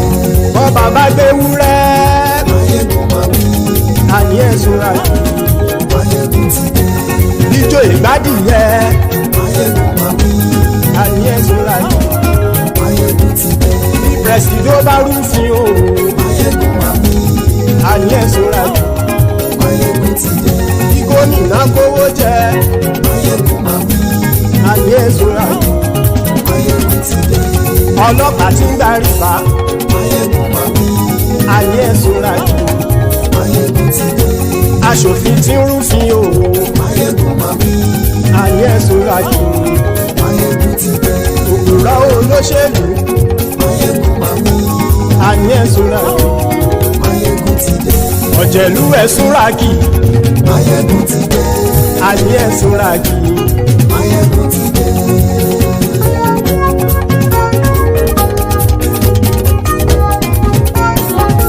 Máyégún ti dé. Gbogbo ọ̀jẹ̀lú ẹ̀sùn rákì. Máyégún ti dé. Gbogbo ọ̀jẹ̀lú ẹ̀sùn rákì. Ṣùgbọ́n ní bá ti ṣe èyí tó yẹ kí wọ́n ṣe, ọmọ bá dèrò ní fi wọ́n níran o. Máyégún ti dé. Gbogbo ọ̀jẹ̀lú ẹ̀sùn rákì. Máyégún ti dé. Gbogbo ọ̀jẹ̀lú ẹ̀sùn rákì. Ṣùgbọ́n ní bá ti ṣe èyí tó yẹ kí wọ́n ṣe, ọmọ bá dèrò ní fi wọ́n níran. Wọ́n fowó bẹ́ẹ̀ o. Máyégún ó sọ pé wọ́n ò fẹ́ bẹ̀. Wọ́n fowó bẹ́ẹ̀. Máyégún ó sọ pé wọ́n ò fẹ́ bẹ̀. Oníkan ṣáàtì ṣe èyí tó yẹ kí wọ́n ṣe fáwọn ará ìlú tó gbé wọn débẹ̀ o. Ayé. Máyégún ti dé. Gbogbo ọ̀jẹ̀lú ẹ̀sùn rákì. Máyégún ti dé. Gbogbo ọ̀jẹ̀lú ẹ̀sùn rákì. Ṣùgbọ́n ní má ti ṣe yìí tó yẹ kí wọ́n ṣe, ọmọ bá dẹ́rọ̀ ò ní fi wọ́n níran. Kì máa yí ṣeré, ọ̀rọ̀ yìí kì í ṣẹ̀fẹ̀. Kì máa yí ṣeré, ọ̀rọ̀ yìí kì í ṣẹ̀fẹ̀. Ẹni bá ti lè lẹ́bọ̀ lẹ́rù o, ọmọ bá dèrò kàṣàyè tú wọn síta. Máyégún ti dé. Gbogbo ọ̀jẹ̀lú ẹ̀sùn rákì. Máyégún ti dé. Gbogbo ọ̀jẹ̀lú ẹ̀sùn rákì. Ṣùgbọ́n ní bá ti ṣe yìí tó yẹ kí wọ́n ṣe, ọmọ bá dẹ́rọ̀ ò ní fi wọ́n níran. Tẹnitẹni ọmọ Máyégún ọ̀rẹ́ ara ìlú mọ̀mọ́ ni mo fọlọ́run ṣọ́ ẹ̀ Bákìlẹ́bù. Lóòótọ́ olódodo ìlú ọ̀tá ìlú mọ̀mọ́ ni ìwọ ṣá máa ń ṣọ́ra kò sì mọ́ bẹ̀rù. Bọ́tà ń lè rí bóníṣègùn lé káwọn mọ̀mọ́ fi ṣera wọn ni ó ti dẹrùn tí wọn ò gbọ́dọ̀ sè mọ́bẹ̀. Èèpo ọ̀bọ̀lọmọ bá dérò tàjẹ́ ò gbọ́dọ̀ jẹ́, ó ti dọba lórí àbínú ẹni kò sì mọ́ bùyà. Àìsíwọ́lu ní ẹnìkẹ́ ìgbódì ẹyin lábàrá o, ó kó ẹni tó bá dán o àkàmù. Máyégún ti dé. Gbogbo ọ̀jẹ̀lú ẹ̀sùn rákì. Máyégún ti dé. Gbogbo ọ̀jẹ̀lú ẹ̀sùn rákì o. Ẹni bá ti ṣe yìí tó yẹ kí wọ́n ṣe, ọmọ bá dèrò òní fi wọ́n níran o. Máyégún ti dé. Gbogbo ọ̀jẹ̀lú ẹ̀sùn rákì. Máyégún ti dé gbogbo ọ̀jẹ̀lú ẹ̀ súra kí ṣùgbọ́n ní bá ti ṣe yìí tó yẹ kí wọ́n ṣe ọmọ bá dẹ́rọ̀ ò ní fi wọ́n níran.